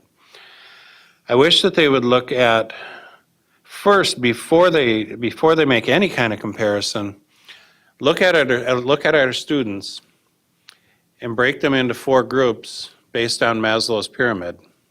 Those students that are in the very bottom level where their basic needs haven't been met. And we know how when a student's basic needs haven't been met in life, we know how that affects their learning, correct? So if we have 10% of our students that are in the bottom level of Maslow's pyramid, we would have 10% of our students that we would not expect to learn at a high level, but we would expect them to learn. And we would expect them to have the ability to learn, but they are distracted with trying to figure out how they're going to get through the next day, not focused on how they're going to get through the exam at the end of the week in their math class. And then also, how many students are at the very top of the pyramid where they have all their basic needs met, they feel loved, they feel supported, they feel like they belong, they go to school every day and they're worried more about the football game coming on Friday than they are about where their next meal is going to come from or if they have a place to sleep that night. And those students can really focus in on learning. They're wondering what college they're going to go to. They're not wondering if they're going to be alive when they get to college. It's an entirely different experience for a student who is living with that type of stability in their life.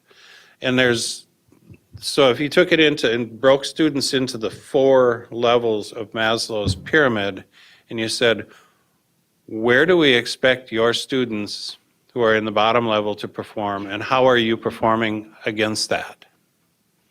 That would be a fair comparison.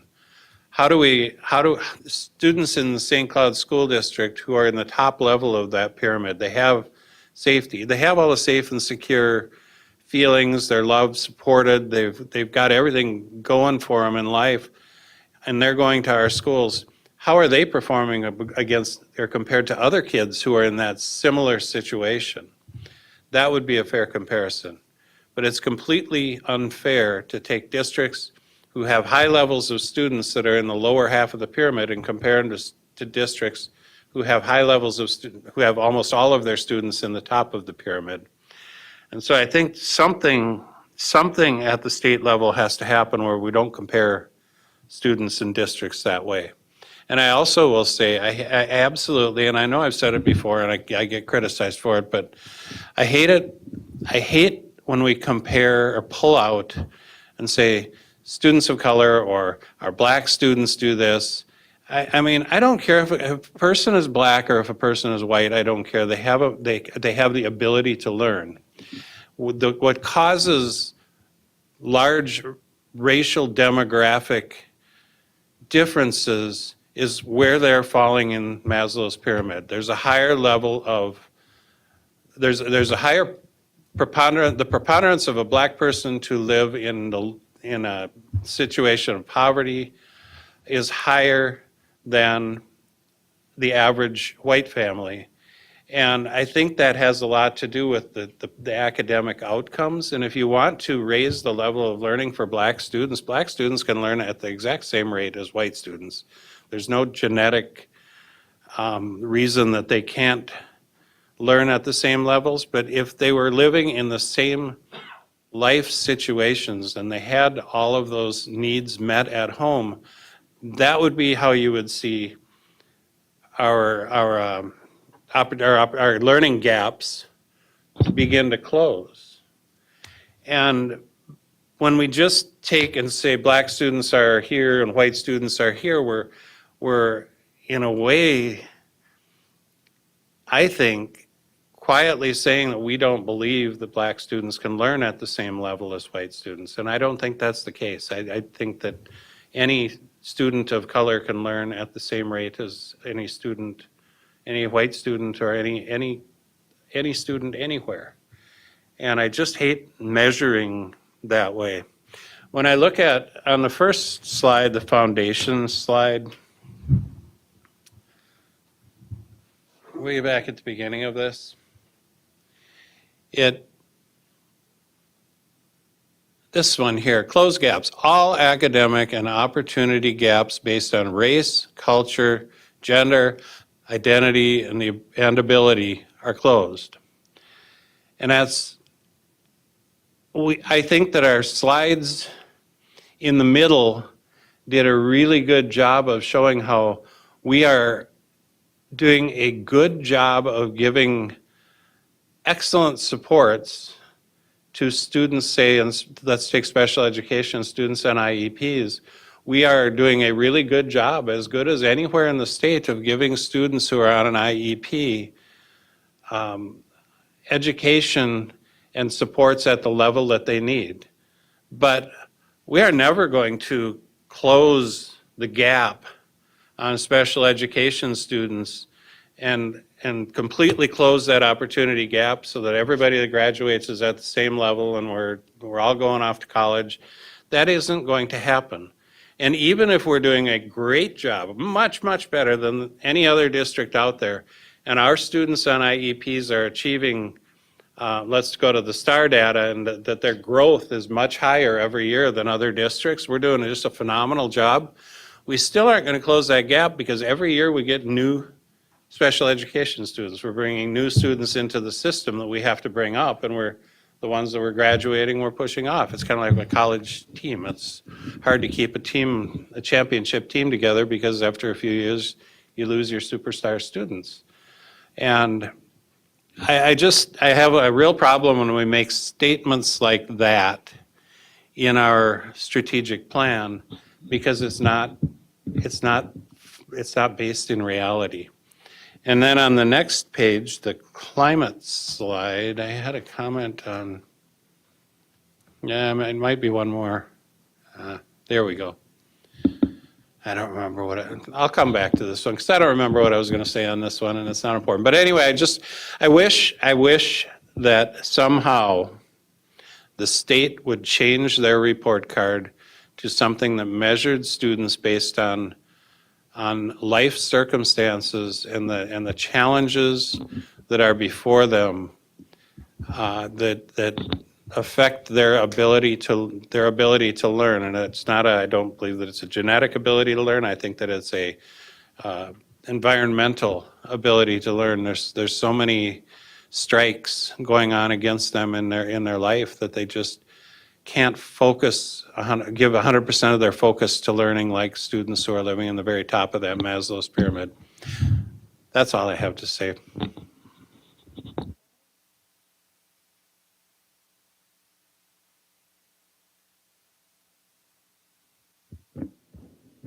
Yeah, I have a couple things to say on this. The first thing I want to say is, holy crap, the amount of data that you presented to us there. Like, I need to take that and read it for some nighttime reading because I'm just like, well, wait a minute, let me just put in this one part and let's just talk about that for like 3 hours. So, you're doing what you say you want to do in those 5 pillars that we said, right? That we're basing what we're doing on data. And so I really appreciate that. Al, to kind of talk about your point of why are we talking about where there's disparities? Why do we do this was your question. And I just want to say that, you said Black families live in poverty more than white families do, and that's true. And the question we have to ask ourselves is, why is that? And I bring it back to this point all the time on this board, but that's our history of our nation. Certain people with my skin color got free land that used to be indigenous land, and it was people only with my skin color. And this is the reality that we live in now, that we're tackling hundreds of years of disparity at a federal level, so says our government. And now when we're saying that, what definitely nobody's saying, right? What you're not saying either is that based on your skin color, you can learn or you can't learn.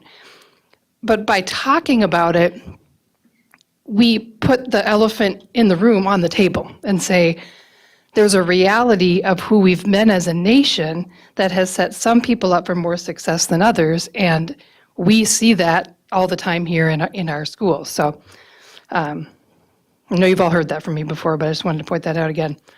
The focus area 1 that I wanted to talk about, 94%, listen, y'all, of our high schoolers have at least one adult that they can talk to if they have a problem. We're talking about teenagers. I have 3 of them. Well, one's 20 now, but like that is so intentional. The work that y'all have done around that is so intentional. My kids had multiple people who still ask about them today, and that's the reason that they're successful as they leave 742 and when they're here as well. The one question I have so many questions, but I'm just going to stick with one. Focus area 2. I guess maybe I've seen it before, but it didn't hit me like it did today. Kindergarten scores, that the majority of kids don't come to us at grade level. 24% for reading. And so what is what percentage of our students have at least 1 year of preschool? Do we know that when they come to us? I know that's just data to pull out of your head, so sorry, but. I wish I had it in there. I Yeah. don't, but I can get it. Okay. I'm just wondering the correlation between that, but. And I think that Director Flynn, Kate Flynn, is looking at the goals that she wants to set, and I believe one of them is in participation, Yeah. in like growing participation in those preschool programs. But I think that's another, that is disparity right there between, because we don't have free pre-K for all. That can probably come in the World's Best Workforce Update or the comprehensive when we bring it, because that'll be that component, all children ready, that will be part of it. But sometimes I think our community wrongly asserts that there's these kids all of our kids coming into kindergarten at 100%, and then somehow they just, that's not the reality of it. And it's not just that it's a nationwide problem, So I know I'm not saying anything that nobody here is going to argue with, but I think it's some of those things that when I just thank you for that specific data, because when I'm talking to community members and they're like, what can we even do? It has, obviously we all know it has to start at the beginning, but yeah, thank you so much for how comprehensive this was. I really appreciate it, Donna.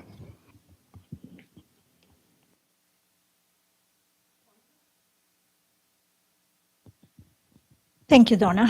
I'm going to go with, this is overwhelming. So I do appreciate that there is a lot of information here that I don't know, that I have been able to digest yet and process myself. Because of that, I have a question for Nikki and Jason and Shannon. How do you bring the strategic planning? How do you bring this to the staff? How do you bring it there, and how does it get there so they don't feel like I am feeling right now? Yeah, I think we hit on that a little earlier tonight when we talked about continuous improvement work. So we leverage our building leaders as we go through our learning together, and then we leverage our site leadership teams around that continuous improvement cycle that directly ties to the strategic plan. And so it is all working in alignment, and then our sites set those goals off of their personal site data on what they want to accomplish as a school community. And so it's all in alignment, but each step is very important.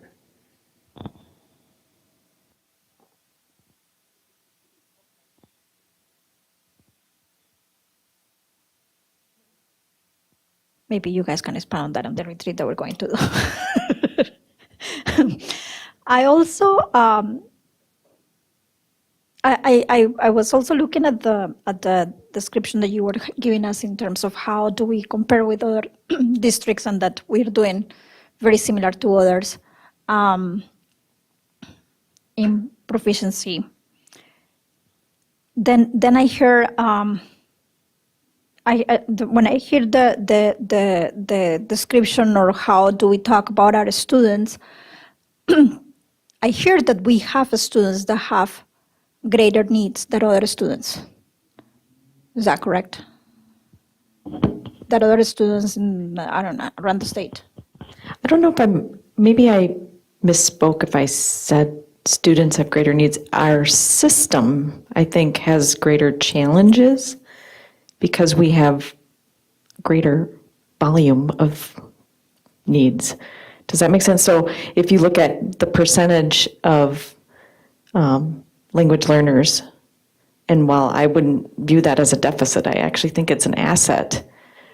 In a traditional school system, it's a challenge to, so we're trying to meet the challenge in the same way that other districts are also trying to do it. We just have more volume. So again, our cross subsidies are greater than other districts' cross subsidies. Why?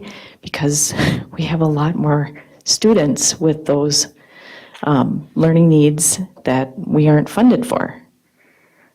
So that's all I'm meaning, Monica. I'm not trying to say we have different learners necessarily. We just have we have different challenges within our system because the volume is. So what I want to say to Lori, we were talking about communication last session. And when Donna said it that way, and when I heard, for example, Al was referring to the students as we have, which is true, we have like 20% of free and reduced lunch. So what I am hearing is that we have students with greater needs than other students. And when I hear Donna explain it that way, makes sense, but we still don't have like the punch message. After a lot of analysis, we have to understand this. And I think that goes into the core of how do we speak about our district.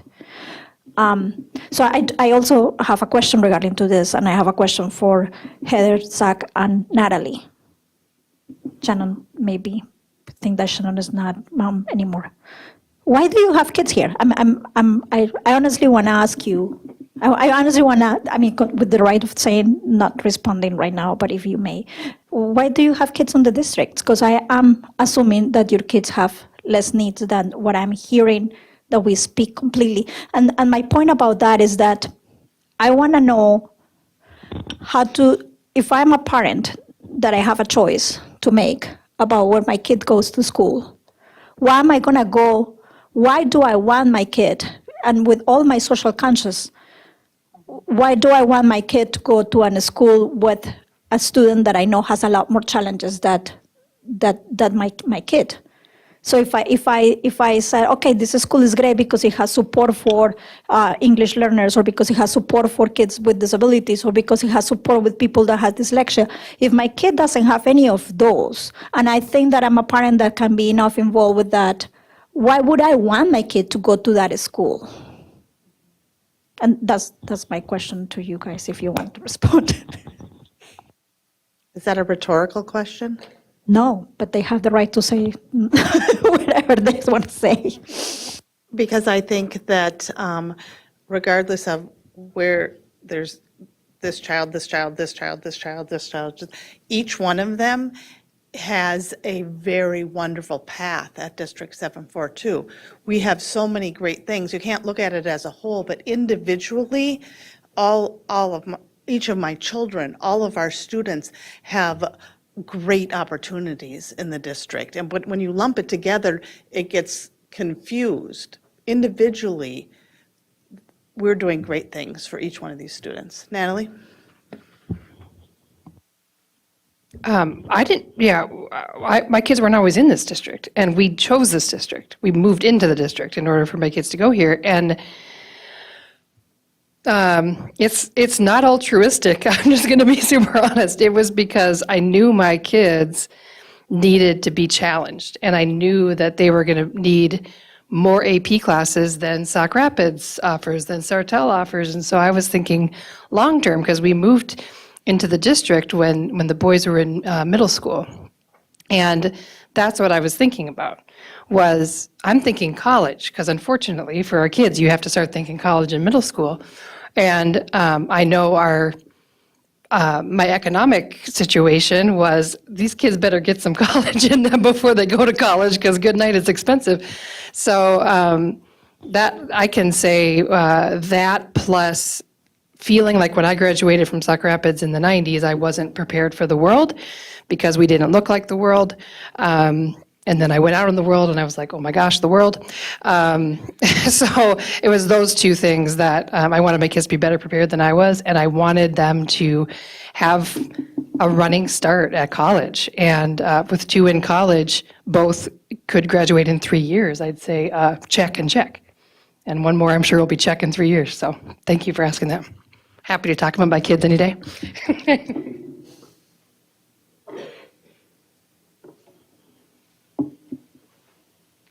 I would say the breadth of I mean, part of it, probably at the heart of it, it's where we lived and we believe in public education. So philosophically, that made a lot of sense.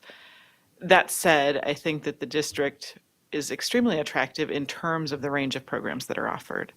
You know, whether it is the AP sorts of programs, whether it's immersion opportunities, whether it is activities and the gamut of the full gamut of just experiences that are available to students.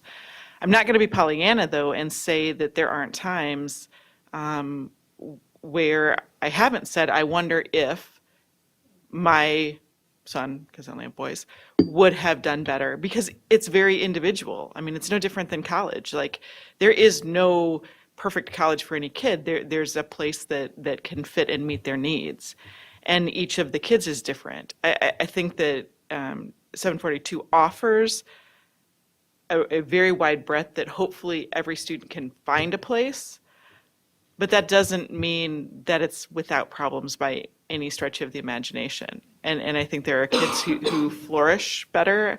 I think that there are kids who can get lost. And I mean, even that, I graduated from a small school, 93 in my high school class. I will tell you that I think there are times that at least one, if not a couple of my kids may have done better in a smaller school where, and St. Cloud isn't huge, but if it's 350, that's very different than a class of 100 or 120. And so how do you find yourself? But overwhelmingly, the breadth, and then as Natalie said, the opportunity to know that the world looks very different all over the place. And you have to be able to adjust, and you have to be able to manage yourself and become independent and figure out your pathway in a place that isn't prescriptive for you and doesn't do everything for you. So in that way, I think it's been really positive.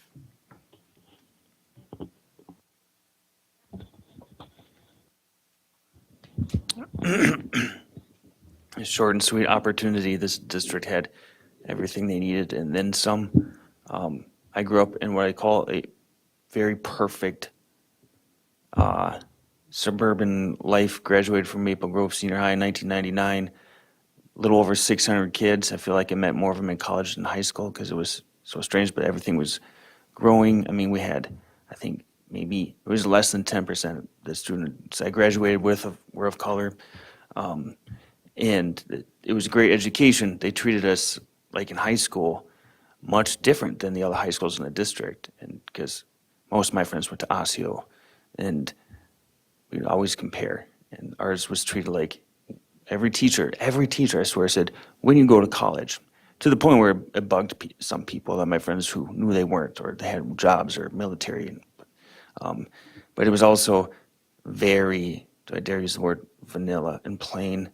I had other opportunities about that, but the opportunities just saw here in this district are so much more than the perfect district I graduated from. So it was, I mean, immense. And a lot of that, of course, again, is location. We have a university, a tech college right here in the heart of the district. A little bit of everything, everything you need, and then some. So.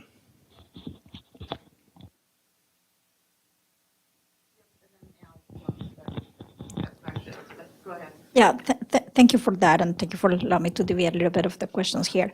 I did have one last question, and it was when you were presenting the part about the generative AI. So one of the, and by now, to be honest, I don't remember what you were saying, but I have a note on myself about the interested in AI education. So you're talking there about the collaborations with the Department of Ed, and you're talking about how this is important. And I do remember the presentation that we had after the conference that we have here, or whatever we call it. That's huge. And I see it there, objectives 1 and 2, create a culture of innovation. It comes to think about in AI comes with a lot of a steep learning curve for staff. So what are our expectations about how are we going to innovate in this area? And maybe, I don't know if it's you, the question, or it's for Lori, but what are our expectations of how are we going to innovate in this area, and how are we going to respond to the needs of staff with everything that we have? Everything that is here is, I mean, I'm overwhelmed, I already said that. I can try to answer that, and I don't know if Superintendent Putnam would have additions, but I think you bring up a really valid point, right? This is a steep learning curve for all of us, and yet it is one we cannot afford to go down or around. So the idea of collaborating with others is really to aid us in going around this learning curve in a way that that we can be successful, because if we try to go it alone, we're going to be really far behind. So we need to collaborate across districts. And the consensus of this group that's working on the how of AI, is that, districts are out there doing so many things on their own, everything from curriculum review cycles to choosing assessments to building, all kinds of things individually in districts. And it's a lot of effort and a lot of work. And we're realizing that if we come together to try to do this and leverage the brilliance of multiple people, we're going to get there faster. Better products, better information, better learning tools. Does that help?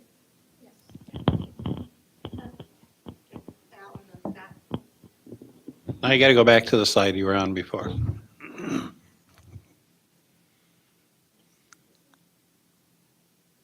Nope. Yeah. Yep.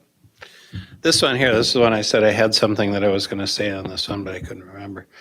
I look at this in the commitment to restorative practice, so strengths, commitment to restorative practices, student empowerment, clarification of protocols, opportunities, system-wide implementation, restorative practices, and increased collaboration.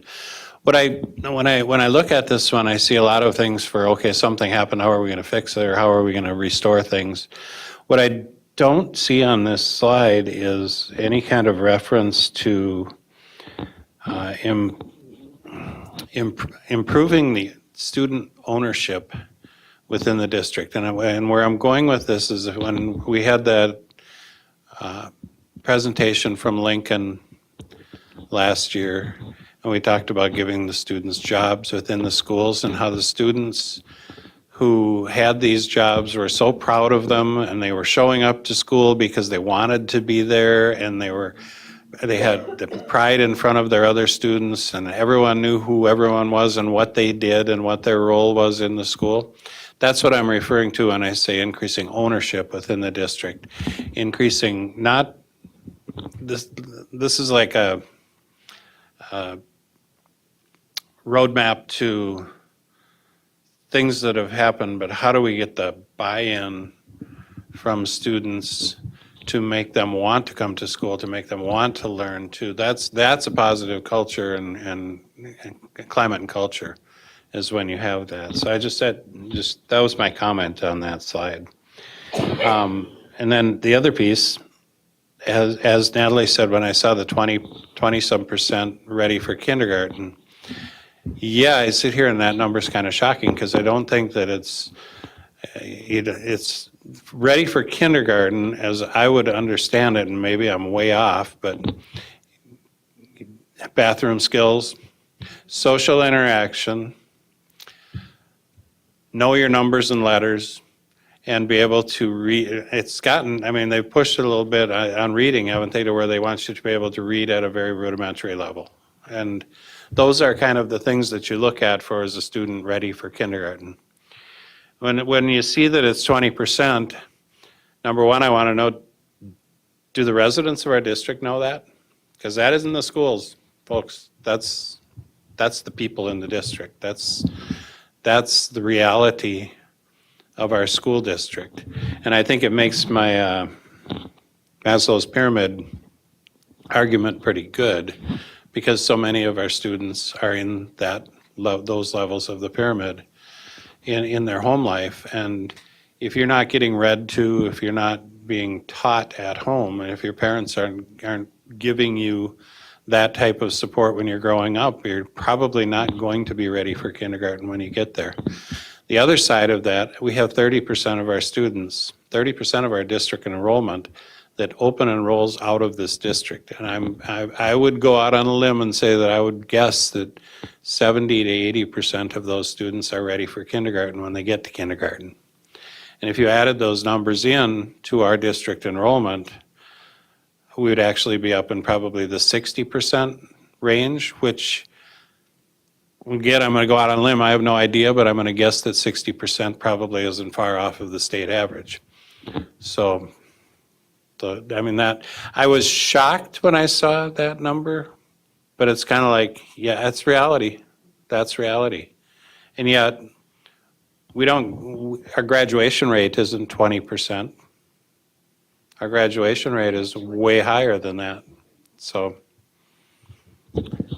that's Right. That's Just all I got. One last piece of context on kindergarten, so people just, we're measuring early literacy and early numeracy in English.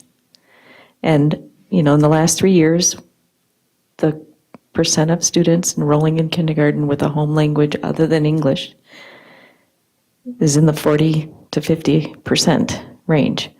So I would say I would caution us to make too many, I think part of why our number is as low as it is has to do a little bit with that, though, and those kids will get there. I'm confident that our English language learners, they get there quickly. It's a 2 to 3 year journey usually, but we're getting, when they come that early to us, they are picking it up quickly. So.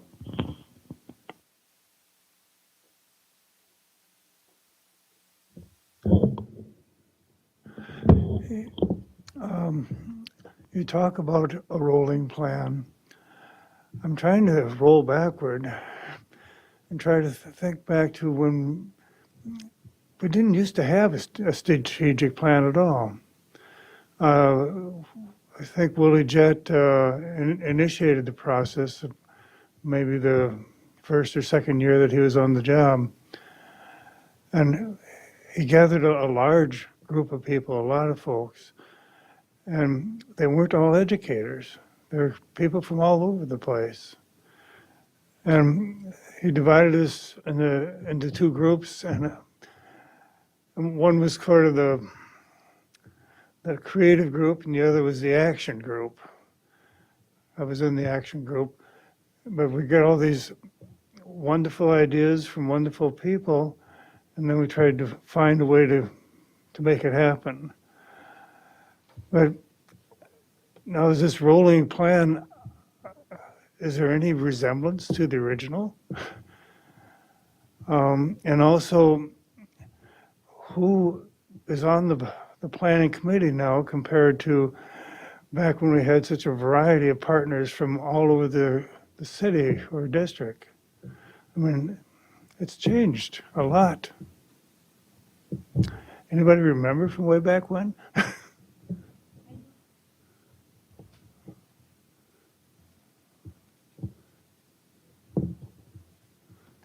I don't know the answer to that. Okay. But we Al? don't have the partners that we used to. I remember we had the architect as one of the members of our group. When the strategic plan was put together, we hired an outside consulting group that came in and put together a group of the community to ask the community what they wanted from their education, from the district. And a strategic plan was put together, and yes, it's kept, as far as I can see, it's kept the same foundation throughout. It's been updated some every year because the year one goals were different than the year two goals, which were different from the year three goals. Every year it's not a complete new set of goals, it's just some of the year one goals, we achieve them. And so then from that, we move to the second priority and the third priority and the fourth priority and the fifth priority. And we're in probably year 7 or 8 of the strategic plan. It hasn't, I don't think, has it been? No, it's probably been 10 years. Probably in the 10th year now of this, but I don't think it's changed a whole lot from the, Is it all educators nowadays, or do we actually have some outsiders with some input? I don't think, no, I don't think that we've been forming an outside group every year. I mean, I say we, I'm not involved in it, but I think it's been the administration along with the principals and staff that have been developing the new strategic plan every year, but it's not starting over, is my point. It's still the same. If you go back to the very first strategic plan, the focus areas were all the same. It's just identifying new focus areas within that strategic area that the community was asking us to work on. That's my thoughts on it.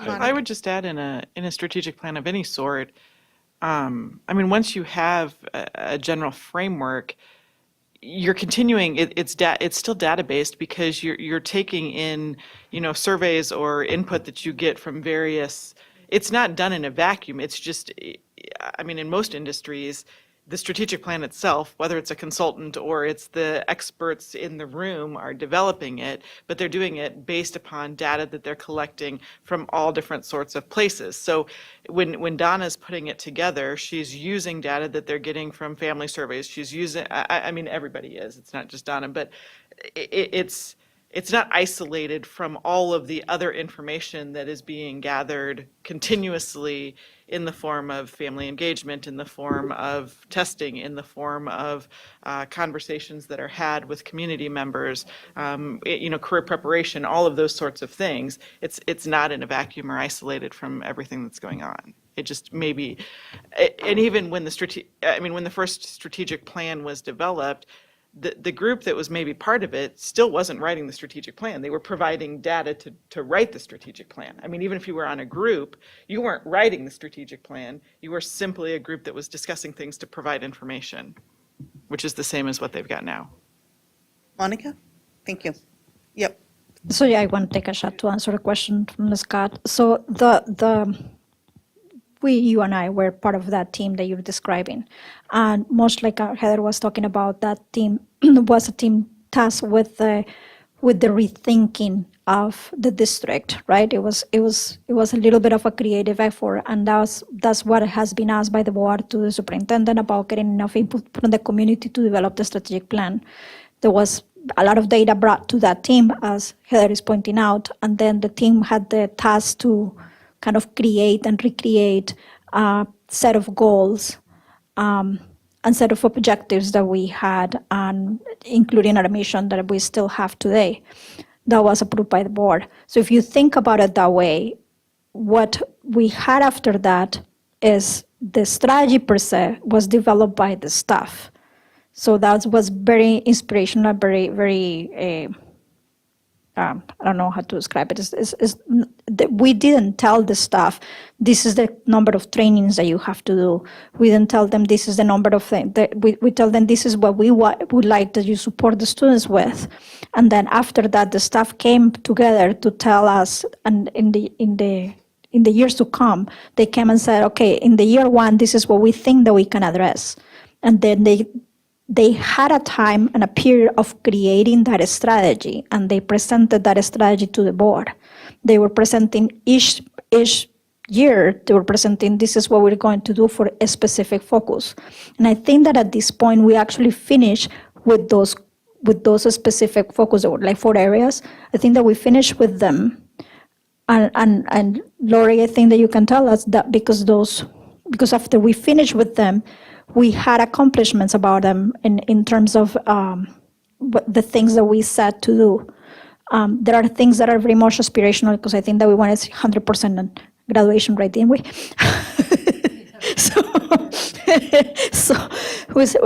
And we might still debating between ourselves if that is a goal that we need to put there and how, and those are things that we may discuss, and we spend a lot of time discussing as community members.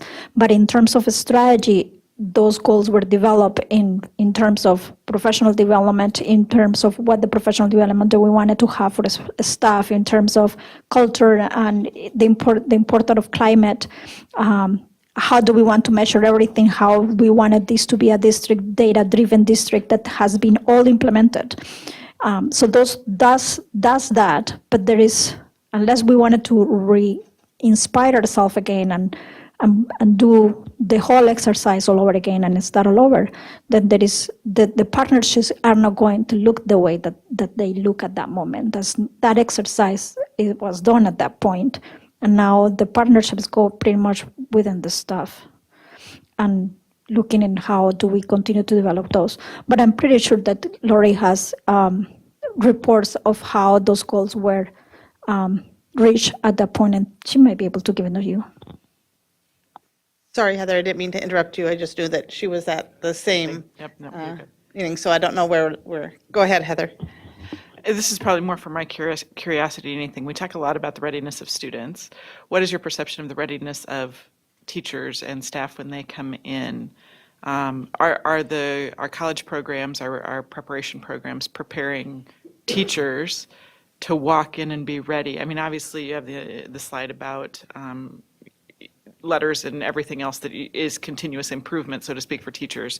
What is your perception of who's graduating and becoming available and their readiness for the challenges that exist today in education? And, I would have to say Director Stebner and maybe even Shannon or Nikki or Jason would be better suited to the answer that. My own personal perception of what we're seeing kind of nationally is that teacher preparedness programs are lacking in a lot of ways in the areas of assessment, reading strategies, like all those things are changing. And so, we're a learning organization and we need to promote that at every level. We all, even in assessment, I was just at a consequential uses of assessment conference, unlearning what I've been taught for 25 years about assessment. So things are constantly changing. And so that's a good observation. Yeah, and I would just add, it's kind of like our students. They come in at different points and they have different needs. And we have a really good new teacher academy program to support them, and then an evaluation and support process at sites with our building leaders.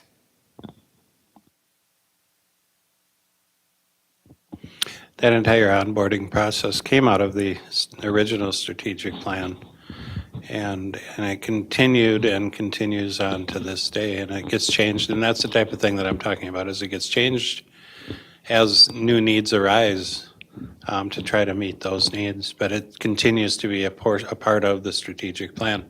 One thing that I was going to say too is that something that I think has changed substantially since we first did the strategic plan and strategic planning is the state and the legislature has gotten much more involved in directing schools in what you can and can't do and aligning different things, just like you were showing the MTSS today. That's a state program that is being pushed out into the schools, and we are ahead of the curve in that we've implemented a lot of those things through our strategic plan, but there's a lot of school districts that don't have a strategic plan, and that's probably why Minnesota is doing that. But there's been a lot more government or legislative intrusion into every school district in the state.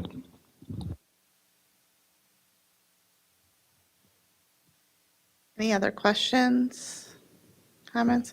Don, I really like this template or how you put this all together and what you included on it. It was really nicely done. Thank you.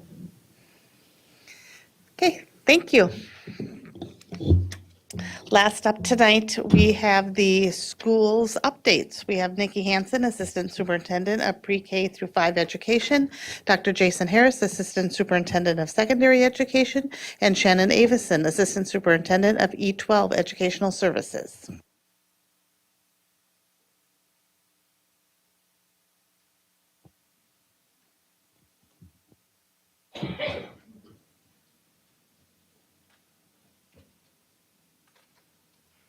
All right, good evening, Chair Haas, Superintendent Putnam, and members of the board. This year, for our schools update, you will hear from an elementary site, a secondary site, and a student services program or site each month, highlighting our 4 pillars this school year around our focus priorities of safety, belonging, collaborations, and excellence through high expectations and high support. And so here in the month of October, we get to highlight our Madison Mustangs.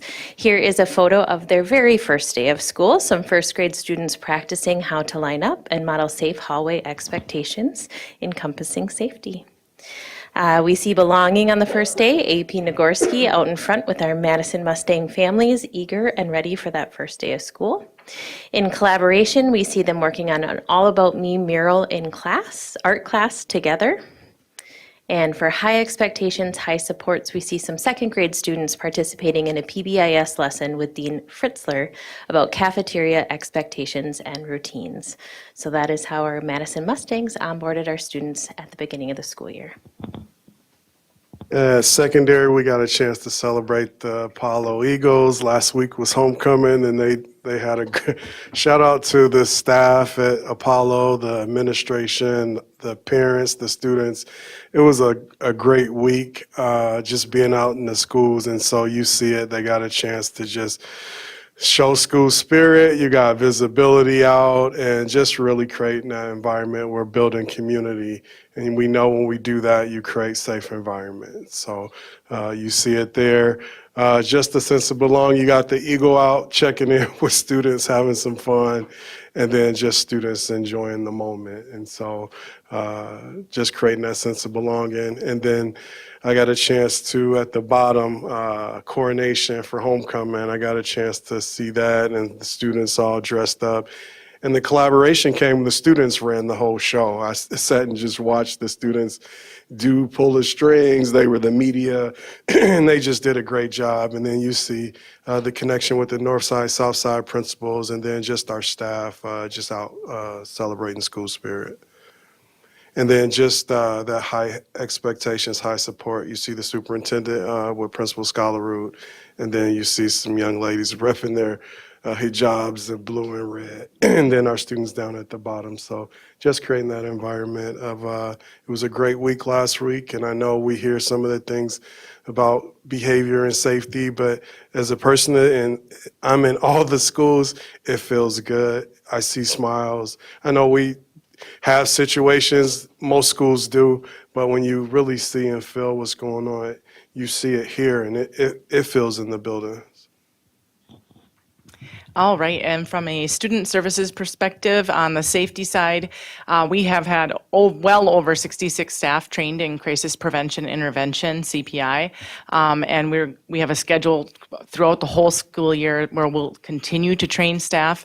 Additionally, we added a new onboarding process with all staff that are coming in. We'll have at least kind of a mini lesson in de-escalation strategies.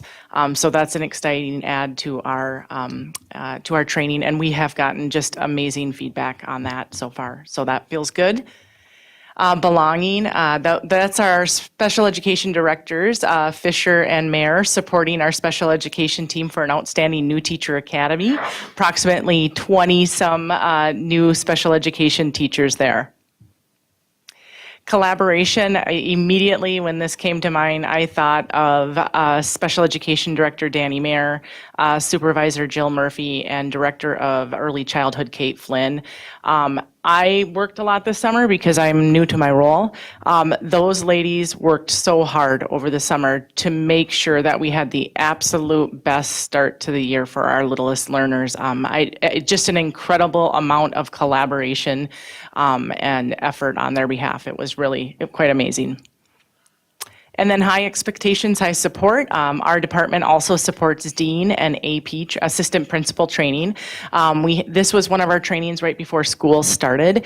Some of our admin are new, so we went through our EduClimber process, student management systems for Skyward, what our student support response looks like, and then some parent communication pieces, and then that training will continue throughout the year as well for deans and APs.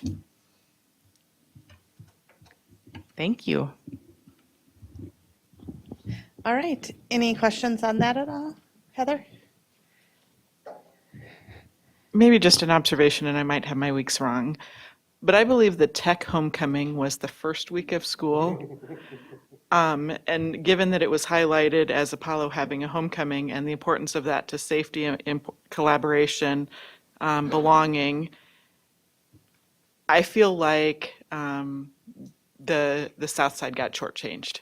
I don't know how, when you're coming into a new school year, you can celebrate homecoming and do dress-up days and activities and assemblies or whatever those celebrations are, or even collaboration with Tech and South, when you are onboarding students simply to help them understand how they get off the bus and into the space right. So it felt really off. It felt extremely uncelebratory, at least from a parent perspective. And I would just encourage us to think more intentionally about how you celebrate homecoming at both of our schools. Can I just share? Tech had the homecoming the first week of school. Apollo was just recent, but we have a treat for you. You have the Tech presentation coming up in November, and you have all the information coming up in that. I know it wasn't as close, but you do have that celebration coming up around that. And I would just say observationally from my kids who go to that school, I'm sure you can get pictures. I just didn't feel any excitement around it because there really wasn't time. I mean, they were literally figuring out how to get to school and what their expectations were. Yeah, I think you hit the key. It was the first week of school. Yeah.